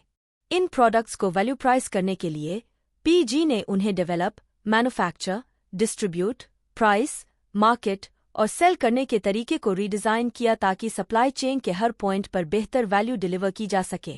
2005 में जिलेट का $57 बिलियन में एक्विजिशन उसकी सेल्स का रिकॉर्ड 5 गुना एक और ब्रांड को उसके फोल्ड में ले आया जिसने पारंपरिक रूप से एक वैल्यू प्राइसिंग स्ट्रैटेजी अपनाई है। वैल्यू प्राइसिंग एक कंपनी के प्राइसेस सेट करने के तरीके को भी बदल सकता है। एक कंपनी जो टेलीफोन लाइंस के लिए अलग अलग साइजेस के स्विच बॉक्सेस बेचती और मेंटेन करती थी, उसने पाया कि फेलियर की प्रोबेबिलिटी और इस तरह मेंटेनेंस कॉस्ट्स का लेवल कस्टमर्स के बॉक्सेस में स्विचेस की संख्या के प्रोपोर्शनल था, न कि इंस्टॉल्ड बॉक्सेस की डॉलर वैल्यू के। हालांकि प्रति बॉक्स स्विचेस की संख्या वेरी कर सकती थी, इसलिए कस्टमर्स से इंस्टॉलेशन पर खर्च किए गए टोटल के आधार पर चार्ज करने के बजाय कंपनी ने सर्विसिंग की जरूरत वाले स्विचेस की टोटल संख्या के आधार पर चार्ज करना शुरू कर दिया। EDLP एक रिटेलर जो एवरीडे लो प्राइसिंग EDLP का यूज करता है, वह लिटिल या नो प्राइस प्रमोशन या स्पेशल सेल्स के साथ एक कांस्टेंट लो प्राइस चार्ज करता है। Constant prices week to week price uncertainty और प्रमोशन ओरिएंटेड कंपेटिटर्स के हाई लो प्राइसिंग को खत्म करते हैं। हाई लो प्राइसिंग में रिटेलर एवरीडे बेसिस पर हायर प्राइसेस चार्ज करता है लेकिन फ्रीक्वेंट प्रमोशन चलाता है जिसमें प्राइसेस टेम्परेरली EDLP लेवल से लोअर होती हैं। यह दिखाया गया है कि ये दोनों स्ट्रैटेजीज कंज्यूमर प्राइस जजमेंट्स को अफेक्ट करती हैं। डीप डिस्काउंट्स EDLP कस्टमर्स को समय के साथ लोअर प्राइसेस परसीव करने के लिए प्रेरित कर सकते हैं, बजाय frequent shallow discounts high low के, भले ही प्राइस वास्तव में एवरेज उसी लेवल पर हो। हाल के सालों में हाई लो प्राइसिंग ने टोयोटा सायोन कार डीलर्स और नॉर्डस्ट्रॉम जैसे अपस्केल डिपार्टमेंट स्टोर्स में EDLP को रास्ता दिया है, लेकिन EDLP का किंग निश्चित रूप से वॉलमार्ट है, जिसने व्यावहारिक रूप से इस टर्म को डिफाइन किया है। हर महीने कुछ सेल आइटम्स को छोड़कर वॉलमार्ट मेजर ब्रड्स पर एवरीडे लो प्राइसेस का वादा करता है। रिटेलर्स EDLP अपनाने का सबसे महत्वपूर्ण कारण यह है कि कांस्टेंट सेल्स और प्रमोशंस कॉस्टली होती हैं और उन्होंने एवरीडे शेल्फ प्राइसेस में कंज्यूमर कॉन्फिडेंस को कम कर दिया है। कुछ कंज्यूमर्स के पास सुपरमार्केट स्पेशल्स देखने और कूपन्स क्लिप करने जैसी पास्ट ट्रेडिशंस के लिए कम समय और पेशेंस भी है। फिर भी प्रमोशंस और सेल्स एक्साइटमेंट पैदा करती हैं और शॉपर्स को अट्रैक्ट करती हैं, इसलिए EDLP सक्सेस की गारंटी नहीं देता है और यह सभी के लिए नहीं है। हालांकि डेसो की सक्सेस को देखते हुए एवरीडे लो प्राइसेस सही तरीके से किए जाने पर काम करते हैं। Daiso famous one price Japanese livingware store है जिसने हाल ही में कुआलालंपुर, मलेशिया में ओपन किया है। मुख्य रूप से एक्सट्रीम EDLP स्ट्रैटेजी पर बेस्ड और जापानीज eBay शॉप्स के मॉडल पर इस चेन के जापान में 2500 स्टोर्स, साउथ कोरिया में 975, यूनाइटेड स्टेट्स, सिंगापुर और ऑस्ट्रेलिया समेत ओवरसीज 522 स्टोर्स। डेजविक enjoyable, फास्ट, चीप और इजी शॉपिंग एक्सपीरियंस के लिए आइडियल जगह है जहां सब कुछ सेम लो फिक्स प्राइस पर बिकता है। उदाहरण के लिए कुआलालंपुर स्टोर में प्रत्येक आइटम वो मलेशियन रिंगिट्स या लगभग $1.4 का है। प्रत्येक स्टोर जापान से kitchenware, tableware, bathroom accessories, houseware, storage units और स्किन केयर प्रोडक्ट्स की एक रेंज स्टॉक करती है। कुआलालंपुर के डेजो स्टोर्स ने इंपोर्टेड जापानीज प्रोडक्ट्स भी इंट्रोड्यूस किए जो पहले वहां अवेलेबल नहीं थे, जैसे कि मीठे और नमकीन जापानीज क्रैकर्स, कन्फेक्शनरीज और फ्यूरिकेकिया जापानीज सेवरी राइस स्प्रिंकल्स। वास्तव में डेसो स्टोर्स 90,000 से ज्यादा प्रोडक्ट्स बेचते हैं और हर महीने 1,000 नए प्रोडक्ट्स इंट्रोड्यूस करते हैं। गोइंग रेट प्राइसिंग में कंपनी अपनी कीमत मुख्य रूप से कॉम्पिटिटर्स की कीमतों पर आधारित करती है। स्टील, कागज या उर्वरक जैसी कमोडिटी बेचने वाली ओलिगोपोलिस्टिक इंडस्ट्रीज में सभी फर्म्स आमतौर पर एक ही कीमत वसूलती हैं। छोटी फर्म्स लीडर का अनुसरण करती हैं, अपनी कीमतें तब बदलती हैं जब मार्केट लीडर की कीमतें बदलती हैं, बजाय इसके कि उनकी अपनी डिमांड या लागत बदलती है। कुछ एक छोटा प्रीमियम या डिस्काउंट चार्ज कर सकती हैं, लेकिन वे अंतर को बनाए रखती हैं। इस प्रकार माइनर गैसोलीन रिटेलर्स आमतौर पर मेजर ऑयल कंपनीज की तुलना में कुछ सेंट्स प्रति गैलन कम चार्ज करते हैं, बिना अंतर को बढ़ने या घटने दिए। गोइंग रेट प्राइसिंग काफी पॉपुलर है। जहां कॉस्ट्स को मापना मुश्किल होता है या कम्पिटिटिव रिस्पॉन्स अनिश्चित होता है, वहां फर्म्स इसे एक अच्छा सॉल्यूशन मानती हैं क्योंकि उनका मानना है कि यह इंडस्ट्री की कलेक्टिव विजडम को रिफ्लेक्ट करता है। ऑक्शन प्रकार की प्राइसिंग। ऑक्शन प्रकार की प्राइसिंग ज़्यादा पॉपुलर हो रही है, खासकर इलेक्ट्रॉनिक मार्केटप्लेसेस के बढ़ते चलन के साथ, जहां फर्म्स अपने एक्सेस इन्वेंट्रीज या यूज्ड गुड्स को बेचते हैं, जिसमें सुअर से लेकर पुरानी कारें तक सब कुछ शामिल है। ये 3 प्रमुख प्रकार के ऑक्शंस हैं और उनकी अलग अलग प्राइसिंग प्रोसीजर्स हैं। इंग्लिश ऑक्शंस, असेंडिंग बिड्स, में एक सेलर और कई बायर्स होते हैं। ईबे और Amazon.com जैसी साइट्स पर सेलर एक आइटम रखता है और बिडर्स अपने ऑफर प्राइसेस को तब तक बढ़ाते हैं जब तक टॉप प्राइस नहीं पहुंच जाती। हाईएस्ट बिडर को आइटम मिलता है। इंग्लिश ऑक्शंस आज एंटिक्स, कैटल, रियल एस्टेट और यूज्ड इक्विपमेंट और व्हीकल्स बेचने के लिए यूज किए जाते हैं। कोडैक और नॉटेल ने ऑक्शंस के माध्यम से वायरलेस और डिजिटल इमेजिंग के लिए सैकड़ों पेटेंट्स बेचे, जिससे सैकड़ों मिलियंस ऑफ डॉलर्स जुटाए। डच ऑक्शंस, डिसेंडिंग बिड्स, में एक सेलर और कई बायर्स या एक बायर और कई सेलर्स होते हैं। पहले तरह में एक ऑक्शनियर एक प्रोडक्ट के लिए एक हाई प्राइस अनाउंस करता है और फिर धीरे धीरे प्राइस को कम करता है जब तक कोई बिडर एक्सेप्ट नहीं कर लेता। दूसरे तरह में बायर कुछ अनाउंस करता है जिसे वह खरीदना चाहता है और potential sellers lowest price offer करने के लिए कॉम्पीट करते हैं। अरीबा, जिसे 2012 में सैप ने एक्वायर कर लिया था, बिजनेस टू बिजनेस ऑक्शंस चलाती है ताकि कंपनियों को steel, fats, oils, name badges, pickles, plastic bottles, solvents, cardboard और यहां तक कि लीगल और जैनिटोरियल वर्क जैसे लो प्राइस्ड आइटम्स एक्वायर करने में मदद मिल सके। Seal bid auctions would be suppliers को केवल एक बिड सबमिट करने देते हैं, वे अन्य बिड्स को नहीं जान सकते। यूएस और अन्य गवर्नमेंट्स अक्सर सप्लाईज प्रोक्योर करने या लाइसेंसेज ग्रांट करने के लिए इस मेथड का यूज करती हैं। एक सप्लायर अपनी कॉस्ट से नीचे बिड नहीं करेगा, लेकिन जॉब खोने के डर से बहुत ज्यादा भी बिड नहीं कर सकता। इन दोनों पुल्स का नेट इफेक्ट बिड का एक्सपेक्टेड प्रॉफिट है। अपने ड्रग रिसर्चर्स के लिए इक्विपमेंट खरीदने के लिए फाइजर ऑनलाइन रिवर्स ऑक्शंस का यूज करती है, जिसमें सप्लायर्स सबसे कम प्राइस सबमिट करते हैं जो वे एक्सेप्ट करने के लिए तैयार हैं।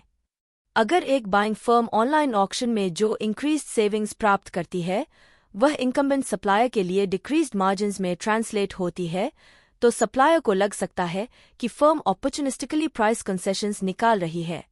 ऑनलाइन ऑक्शंस जिनमें बिडर्स की लार्ज नंबर होती है, हायर इकोनॉमिक स्टेक्स होते हैं और स्पेसिफिक प्राइसेस में कम विजिबिलिटी होती है, इनका रिजल्ट दोनों पार्टीज के लिए ग्रेटर ओवरऑल सेटिस्फैक्शन, ज़्यादा पॉजिटिव फ्यूचर एक्सपेक्टेशंस और कम परसेप्शंस ऑफ अपॉर्चुनिज्म में होता है।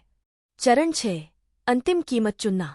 प्राइसिंग मेथड्स उस रेंज को नैरो करते हैं जिसमें से कंपनी को अपनी अंतिम कीमत चुनी होती है। उस कीमत को चुनने में कंपनी को एडिशनल फैक्टर्स पर विचार करना चाहिए, जिनमें अदर मार्केटिंग एक्टिविटीज का प्रभाव, कंपनी की pricing policies, gain and risk sharing pricing और अन्य पार्टीज पर प्राइस का प्रभाव शामिल हैं। अन्य मार्केटिंग गतिविधियों का प्रभाव, अंतिम कीमत में कंपटीशन के रिलेटिव ब्रांड की क्वालिटी और एडवर्टाइजिंग को ध्यान में रखा जाना चाहिए। एक क्लासिक स्टडी में पॉल फेरिस और डेविड राइबस्टाइन ने खरबैठर्शी कंज्यूमर बिजनेसेस के लिए relative price, relative quality, relative advertising के बीच रिलेशनशिप्स की जांच की और निम्नलिखित पाया। Asterisk एवरेज रिलेटिव क्वालिटी, लेकिन हाई रिलेटिव एडवर्टाइजिंग बजट्स वाले ब्रांड्स प्रीमियम प्राइसेस चार्ज कर सकते थे। कंज्यूमर्स अननोन प्रोडक्ट्स के बजाय नोन प्रोडक्ट्स के लिए हायर प्राइसेस पे करने के लिए तैयार थे। Asterisk हाई रिलेटिव क्वालिटी और हाई रिलेटिव एडवर्टाइजिंग वाले ब्रांड्स ने हाईएस्ट प्राइसेस प्राप्त की। इसके विपरीत लो क्वालिटी और लो एडवर्टाइजिंग वाले ब्रांड्स ने लोएस्ट प्राइसेस चार्ज की। Asterisk मार्केट लीडर्स के लिए हाई प्राइसेस और हाई एडवर्टाइजिंग के बीच positive relationship product life cycle के लेटर स्टेजेस में सबसे स्ट्रांगली होल्ड करता था। ये फाइंडिंग्स सजेस्ट करते हैं कि कई मामलों में प्राइस क्वालिटी और अदर बेनिफिट्स जितना जरूरी नहीं हो सकता है। कंपनी की प्राइसिंग नीतियां, प्राइस कंपनी की प्राइसिंग पॉलिसीज के साथ कंसिस्टेंट होनी चाहिए। फिर भी कंपनियां सर्टेन सर्कमस्टांसेस में प्राइसिंग पेनल्टीज एस्टैब्लिश करने से अवर्ज नहीं हैं। एयरलाइंस डिस्काउंट टिकट्स खरीदने वालों से $200 चार्ज करती हैं जो अपने रिजर्वेशंस चेंज करते हैं। बैंक्स एक महीने में बहुत ज्यादा विड्रॉल्स या सर्टिफिकेट ऑफ डिपॉजिट की अर्ली विड्रॉल के लिए फीस चार्ज करती हैं। डेंटिस्ट्स, होटल्स, कार रेंटल कंपनीज और अन्य सर्विस प्रोवाइडर्स नो शोज के लिए पेनल्टीज चार्ज करते हैं। हालांकि ये पॉलिसीज अक्सर जस्टिफाइबल होती हैं, मार्केटर्स को उनका यूज जुडिशियसली करना चाहिए और कस्टमर्स को अननेसेसरीली एलिनेट नहीं करना चाहिए। देखें मार्केटिंग इनसाइट, स्टेल्थ प्राइस इंक्रीसेस। कई कंपनियां पॉलिसीज डेवलप करने और डिसीजंस एस्टैब्लिश या अप्रूव करने के लिए एक प्राइसिंग डिपार्टमेंट सेटअप करती हैं। इसका एम यह इंश्योर करना है कि सेल्स पीपल कस्टमर्स के लिए रीजनेबल और कंपनी के लिए प्रॉफिटेबल प्राइसेस कोट करें। Gain and risk sharing pricing, buyers seller के प्रपोजल को एक्सेप्ट करने में रेजिस्ट कर सकते हैं क्योंकि उन्हें high level of risk perceive होता है, जैसे कि एक बड़े कंप्यूटर हार्डवेयर परचेस या कंपनी हेल्थ प्लान में। सेलर के पास तब यह ऑप्शन होता है कि अगर वह फुल प्रॉमिस्ड वैल्यू डिलीवर नहीं करता है तो वह पार्ट या ऑल रिस्क एब्जॉर्ब करने का ऑफर दे। चुपके से कीमतें बढ़ाना। कंज्यूमर्स हायर प्राइसेस का विरोध कर रहे हैं। ऐसे में कंपनीज जो दूसरे तरीकों से रेवेन्यू बढ़ाने की कोशिश कर रही हैं, अक्सर वंस फ्री फीचर्स के लिए फीस ऐड करने का सहारा लेती हैं। हालांकि कुछ कंज्यूमर्स निकल एंड डाइम प्राइसिंग स्ट्रैटेजीज से नफरत करते हैं, लेकिन छोटे एडिशनल चार्जेस मिलकर रेवेन्यू का एक सब्सटैंशियल सोर्स बन सकते हैं। आंकड़े चौंका देने वाले हो सकते हैं। US Airlines ने 2013में बैगेज फीस में3.35美元 billion और reservation change cancellation fees में 2.81美元 billion collect किए।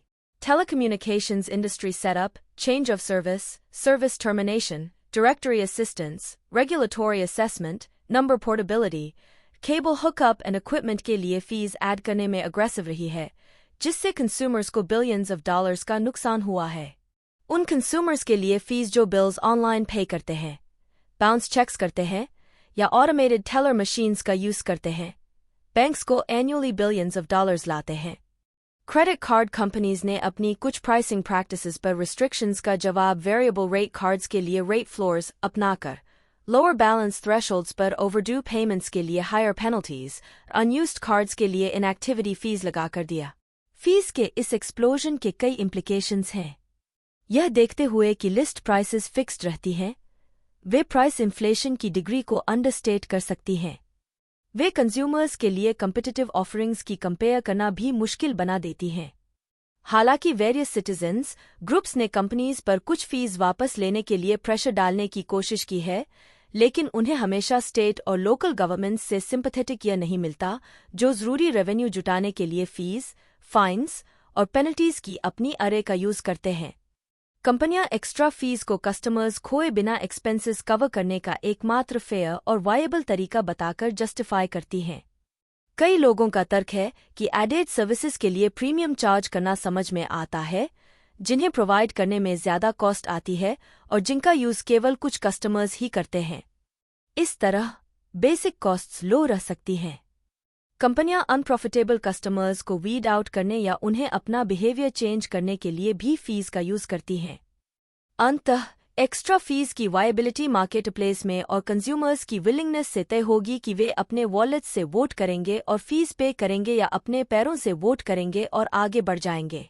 बैक्स्टर हेल्थकेयर, एक प्रमुख medical products firm, Columbia HCA, एक प्रमुख हेल्थ केयर प्रोवाइडर, से 8 साल की अवधि में कई मिलियन डॉलर्स की बचत की गारंटी देकर एक इंफॉर्मेशन मैनेजमेंट सिस्टम के लिए कॉन्ट्रैक्ट सिक्योर करने में सक्षम रही। बढ़ती संख्या में कंपनियों, खासकर B2B मार्केटर्स, को किसी भी प्रॉमिस्ड सेविंग्स की गारंटी देने के लिए तैयार रहना पड़ सकता है, लेकिन अगर गेन्स उम्मीद से बहुत ज्यादा हैं तो अपसाइड में भी पार्टिसिपेट करना होगा। अन्य पार्टियों पर कीमत का प्रभाव। डिस्ट्रीब्यूटर्स और डीलर्स कंटेम्पलेटेड प्राइस के बारे में कैसा महसूस करेंगे? अगर उन्हें पर्याप्त प्रॉफिट नहीं मिलता है तो वे प्रोडक्ट को मार्केट में नहीं लाने का चॉइस कर सकते हैं। क्या सेल्स फोर्स उस प्राइस पर बेचने के लिए तैयार होगी?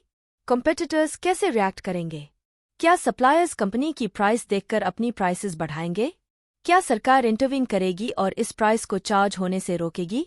यूएस लेजिस्लेशन कहता है कि सेलर्स को कॉम्पिटिटर्स से बात किए बिना प्राइसेस सेट करनी चाहिए। प्राइस फिक्सिंग इलीगल है। ब्रिटिश एयरवेज, कोरियन एयर और एयर फ्रांस KLM समेत 21 एयरलाइंस पर 2000 और 2006 के बीच पैसेंजर प्राइसेस और कार्गो फ्यूल सरचार्जेस को आर्टिफिशियली इन्फ्लेट करने के लिए कुल 1.7 बिलियन का जुर्माना लगाया गया था। कई फेडरल और स्टेट स्टैट्यूट्स कंज्यूमर्स को डिसेप्टिव प्राइसिंग प्रैक्टिसेस से प्रोटेक्ट करते हैं।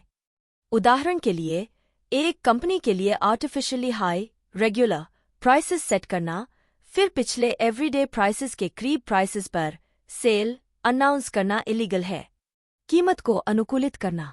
कंपनियां आमतौर पर एक सिंगल प्राइस सेट नहीं करती हैं, बल्कि एक प्राइसिंग स्ट्रक्चर डेवलप करती हैं जो geographical demand and costs, market segment requirements, purchase timing, order levels, delivery frequency, guarantees, service contracts और अन्य फैक्टर्स में वेरिएशंस को रिफ्लेक्ट करती है। डिस्काउंट्स, अलाउंसेस और प्रमोशनल सपोर्ट के रिजल्ट के रूप में एक company rarely realizes the same profit from each unit of a product that it sells. अंत में एक कंपनी एक प्रोडक्ट की प्रत्येक यूनिट को बेचकर शायद ही कभी उतना ही प्रॉफिट कमाती है जितना वह प्लान करती है। यहाँ हम कई प्राइस एडेप्टेशन स्ट्रैटेजीज की जांच करेंगे। Geographical pricing, price discounts and allowances, promotional pricing, differentiated pricing. Geographical pricing, cash, counter trade, barter. Geographical pricing में कंपनी यह डिसाइड करती है कि अलग अलग लोकेशंस और देशों में अलग अलग कस्टमर्स को अपने प्रोडक्ट्स की प्राइस कैसे तय करनी है। क्या कंपनी को हायर शिपिंग कॉस्ट्स को कवर करने के लिए दूर के कस्टमर्स से हायर प्राइसेस चार्ज करनी चाहिए या एडिशनल बिजनेस जीतने के लिए लोअर प्राइस? उसे एक्सचेंज रेट्स और अलग अलग करेंसीज की स्ट्रेंथ को कैसे अकाउंट करना चाहिए? एक और सवाल यह है कि पेमेंट कैसे प्राप्त की जाए। यह इशू तब क्रिटिकल होता है जब बायर्स के पास अपनी परचेसेस के लिए पे करने के लिए पर्याप्त हार्ड करेंसी नहीं होती है। कई पेमेंट में अन्य आइटम्स ऑफर करना चाहते हैं, एक प्रैक्टिस जिसे काउंटर ट्रेड कहा जाता है, और यूएस कंपनियां अक्सर इसे एक्सेप्ट करने के लिए मजबूर होती हैं अगर वे बिजनेस चाहती हैं। काउंटर ट्रेड वर्ल्ड ट्रेड के 15% से 20% तक हो सकता है और इसके कई फॉर्म्स हैं। बार्टर, बायर और सेलर सीधे गुड्स एक्सचेंज करते हैं बिना किसी पैसे और बिना किसी थर्ड पार्टी के शामिल हुए। Asterisk compensation deal, seller payment का कुछ परसेंटेज कैश में और बाकी प्रोडक्ट्स में प्राप्त करता है। एक ब्रिटिश एयरक्राफ्ट मैन्युफैक्चरर ने ब्राजील को प्लेन्स 70% कैश में और बाकी कॉफी में बेचे। एस्टरिस्क बायबैक अरेंजमेंट, सेलर एक प्लांट, इक्विपमेंट या टेक्नोलॉजी किसी दूसरे देश की कंपनी को बेचता है और सप्लाइड इक्विपमेंट से मैन्युफैक्चर्ड प्रोडक्ट्स को पार्शियल पेमेंट के रूप में एक्सेप्ट करने के लिए अग्री करता है। एक यूएस केमिकल कंपनी ने एक इंडियन कंपनी के लिए एक प्लांट बनाया और पार्शियल पेमेंट कैश में और बाकी प्लांट में मैन्युफैक्चर्ड केमिकल्स में एक्सेप्ट किया। Sinha offset, seller overseas sale के लिए फुल पेमेंट कैश में प्राप्त करता है, लेकिन उस पैसे का एक सब्सटैंशियल अमाउंट उस देश में एक स्टेटेड टाइम पीरियड के भीतर खर्च करने के लिए अग्री करता है। गोबाचेव एरा में पेप्सिको ने अपना कोला सिरप सोवियत यूनियन की सरकार को रूबल्स में बेचा और यूनाइटेड स्टेट्स में सेल के लिए एक सर्टेन रेट पर रशियन वोडका खरीदने के लिए अग्री किया। प्राइस डिस्काउंट और अलाउंसेस, ज्यादातर कंपनियां अपनी लिस्ट प्राइस एडजस्ट करेंगी और अर्ली पेमेंट, वॉल्यूम परचेसेस और ऑफ सीजन बाइंग के लिए डिस्काउंट्स और अलाउंसेस देंगी। देखें टेबल 16.4। कंपनियों को यह केयरफुली करना चाहिए वरना उनके प्रॉफिट्स प्लान से काफी कम हो सकते हैं। प्राइस डिस्काउंट और अलाउंसेस। डिस्काउंट उन खरीदारों को प्राइस में कमी जो बिलों का भुगतान प्रॉम्प्टली करते हैं। एक टिपिकल एग्जाम्पल है 2/10 नेट 30 इंच, जिसका मतलब है कि भुगतान 30 दिनों के भीतर देय है और खरीदार 10 दिनों के भीतर भुगतान करके 2% की कटौती कर सकता है। क्वांटिटी डिस्काउंट, बड़ी मात्रा में खरीदने वालों को प्राइस में कमी। एक टिपिकल एग्जाम्पल है 100 यूनिट से कम के लिए $10 प्रति यूनिट, 100 या अधिक यूनिट्स के लिए $9 प्रति यूनिट। क्वांटिटी डिस्काउंट सभी कस्टमर्स को समान रूप से ऑफर किए जाने चाहिए और विक्रेता को होने वाली कॉस्ट सेविंग्स से अधिक नहीं होने चाहिए। उन्हें दिए गए प्रत्येक ऑर्डर पर या एक निश्चित अवधि में ऑर्डर की गई यूनिट्स की संख्या पर ऑफर किया जा सकता है। फंक्शनल डिस्काउंट, एक मैन्युफैक्चरर द्वारा ट्रेड चैनल मेंबर्स को डिस्काउंट, जिसे ट्रेड डिस्काउंट भी कहा जाता है, ऑफर किया जाता है अगर वे कुछ फंक्शंस परफॉर्म करते हैं, जैसे कि सेलिंग, स्टोरिंग और रिकॉर्ड कीपिंग। मैन्युफैक्चरर्स को प्रत्येक चैनल के भीतर समान फंक्शनल डिस्काउंट्स ऑफर करने चाहिए। सीजनल डिस्काउंट, उन लोगों को प्राइस में कमी जो मर्चेंडाइज या सर्विसेज ऑफ सीजन में खरीदते हैं। होटल्स, मोटेल्स और एयरलाइंस स्लो सेलिंग पीरियड्स में सीजनल डिस्काउंट्स ऑफर करते हैं। अलाउंस, स्पेशल प्रोग्राम्स में रीसेलर की भागीदारी हासिल करने के लिए डिजाइन किया गया एक extra payment. Trade in allowances एक नया आइटम खरीदते समय पुराना आइटम वापस करने पर दिए जाते हैं। प्रमोशनल अलाउंसेस डीलर्स को एडवर्टाइजिंग और सेल्स सपोर्ट प्रोग्राम्स में भाग लेने के लिए रिवॉर्ड करते हैं। डिस्काउंट प्राइसिंग अब आश्चर्यजनक रूप से प्रोडक्ट्स और सर्विसेज दोनों ऑफर करने वाली कई कंपनीज का मोडस ऑपरेंडी बन गया है। खासकर सेल्स पीपल एक सेल क्लोज करने के लिए जल्दी से डिस्काउंट्स दे देते हैं।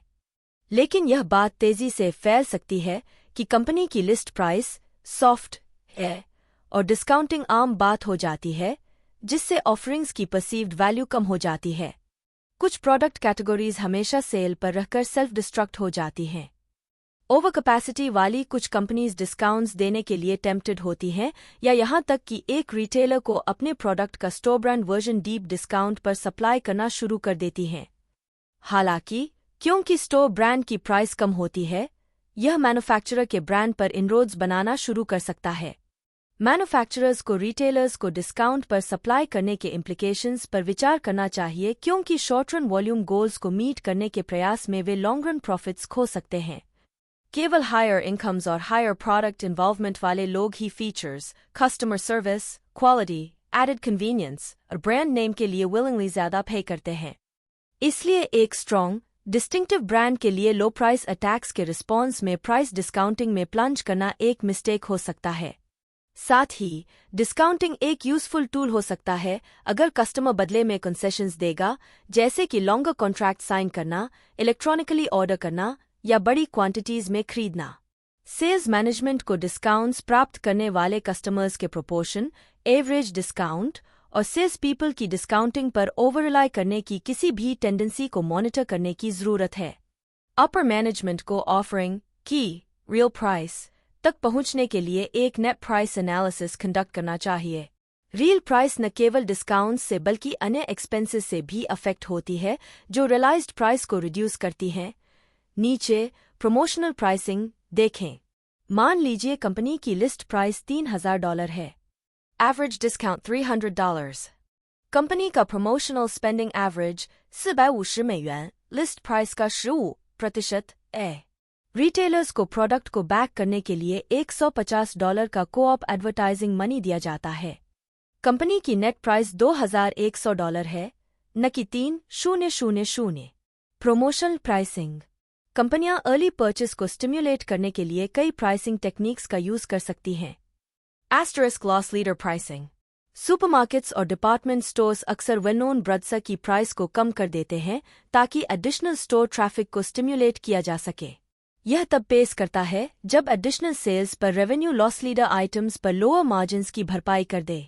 लॉस लीडर ब्रांड्स के मैन्युफैक्चरर्स आमतौर पर ऑब्जेक्ट करते हैं क्योंकि यह प्रैक्टिस ब्रांड इमेज को डाइल्यूट कर सकती है और उन रिटेलर्स से कंप्लेंट्स ला सकती है जो लिस्ट प्राइस चार्ज करते हैं।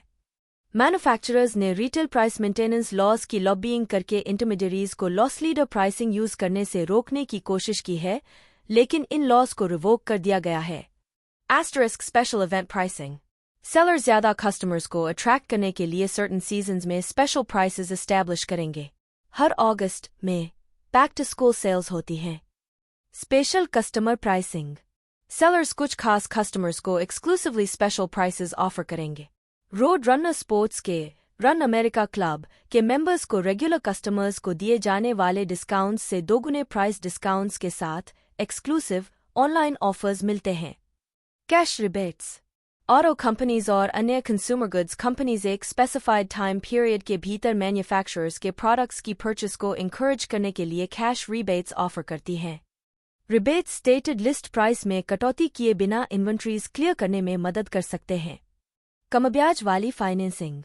अपनी प्राइस में कटौती करने के बजाय कंपनी लो इंटरेस्ट फाइनेंसिंग ऑफर कर सकती है। ऑटोमेकर्स ने ज्यादा कस्टमर्स को अट्रैक्ट करने की कोशिश करने के लिए नो इंटरेस्ट फाइनेंसिंग का यूज किया है। लंबी भुगतान शर्तें। सेलर्स, खासकर मोर्गेज बैंक्स और ऑटो कंपनीज, लोन्स को लॉन्गर पीरियड्स तक स्ट्रेच करते हैं और इस तरह मंथली पेमेंट्स को कम करते हैं। कंज्यूमर्स अक्सर लोन की कॉस्ट, ब्याज दर के बारे में कम और इस बारे में ज्यादा वरी करते हैं कि क्या वे मंथली पेमेंट अफोर्ड कर सकते हैं। वारंटी और सर्विस कॉन्ट्रैक्ट्स। कंपनियां फ्री या लो कॉस्ट वारंटी या सर्विस कॉन्ट्रैक्ट ऐड करके सेल्स को प्रमोट कर सकती हैं। Psychological discounting. यह स्ट्रैटेजी एक आर्टिफिशियली हाई प्राइस सेट करती है और फिर प्रोडक्ट को सब्सटैंशियल सेविंग्स पर ऑफर करती है उदाहरण के लिए पहले $359, अब $299। नॉर्मल प्राइसेस से डिस्काउंट्स प्रमोशनल प्राइसिंग का एक लेजिटिमेट फॉर्म है। फेडरल ट्रेड कमीशन और better business bureau illegal discount tactics से लड़ते हैं। प्रमोशन प्राइसिंग स्ट्रैटेजीज अक्सर एक जीरो-सम गेम होती हैं। अगर वे वर्क करती हैं तो कॉम्पिटिटर्स उन्हें कॉपी करते हैं और वे अपनी इफेक्टिवनेस खो देती हैं। अगर वे वर्क नहीं करती हैं तो वे पैसे वेस्ट करती हैं जिसे अन्य मार्केटिंग टूल्स में लगाया जा सकता था, जैसे कि प्रोडक्ट क्वालिटी और सर्विस को बिल्ड अप करना या एडवर्टाइजिंग के माध्यम से प्रोडक्ट इमेज को स्ट्रेंथन करना। विभेदित मूल्य निर्धारण, डिफरेंशिएटेड प्राइसिंग। कंपनियां अक्सर कस्टमर्स, प्रोडक्ट्स, लोकेशंस वगैरह के बीच अंतर को अकोमोडेट करने के लिए अपनी बेसिक प्राइस को एडजस्ट करती हैं। लैंड्स एंड पुरुषों की शर्ट्स को कई अलग अलग स्टाइल्स, वेट्स और क्वालिटी के लेवल्स में बनाती है। मार्च 2014 में एक पुरुषों की सफ़ेद बटन डाउन शर्ट की कीमत $19.99 जितनी कम या 70.00 जितनी ज्यादा हो सकती थी। कीमत भेदभाव तब होता है जब एक कंपनी एक प्रोडक्ट या सर्विस को दो या दो से अधिक कीमतों पर बेचती है जो लागतों में प्रोपोर्शनल अंतर को रिफ्लेक्ट नहीं करती हैं। फर्स्ट डिग्री प्राइस डिस्क्रिमिनेशन में विक्रेता प्रत्येक कस्टमर से उसकी डिमांड की इंटेंसिटी के आधार पर एक अलग कीमत वसूलता है। सेकेंड डिग्री प्राइस डिस्क्रिमिनेशन में विक्रेता लार्जर वॉल्यूम्स के खरीदारों से कम चार्ज करता है। हालांकि सेल फोन सर्विस जैसी कुछ सर्विसेज के साथ टियर्ड प्राइसिंग के परिणामस्वरूप कंज्यूमर्स वास्तव में हायर लेवल्स ऑफ यूसेज के साथ ज्यादा पे करते हैं।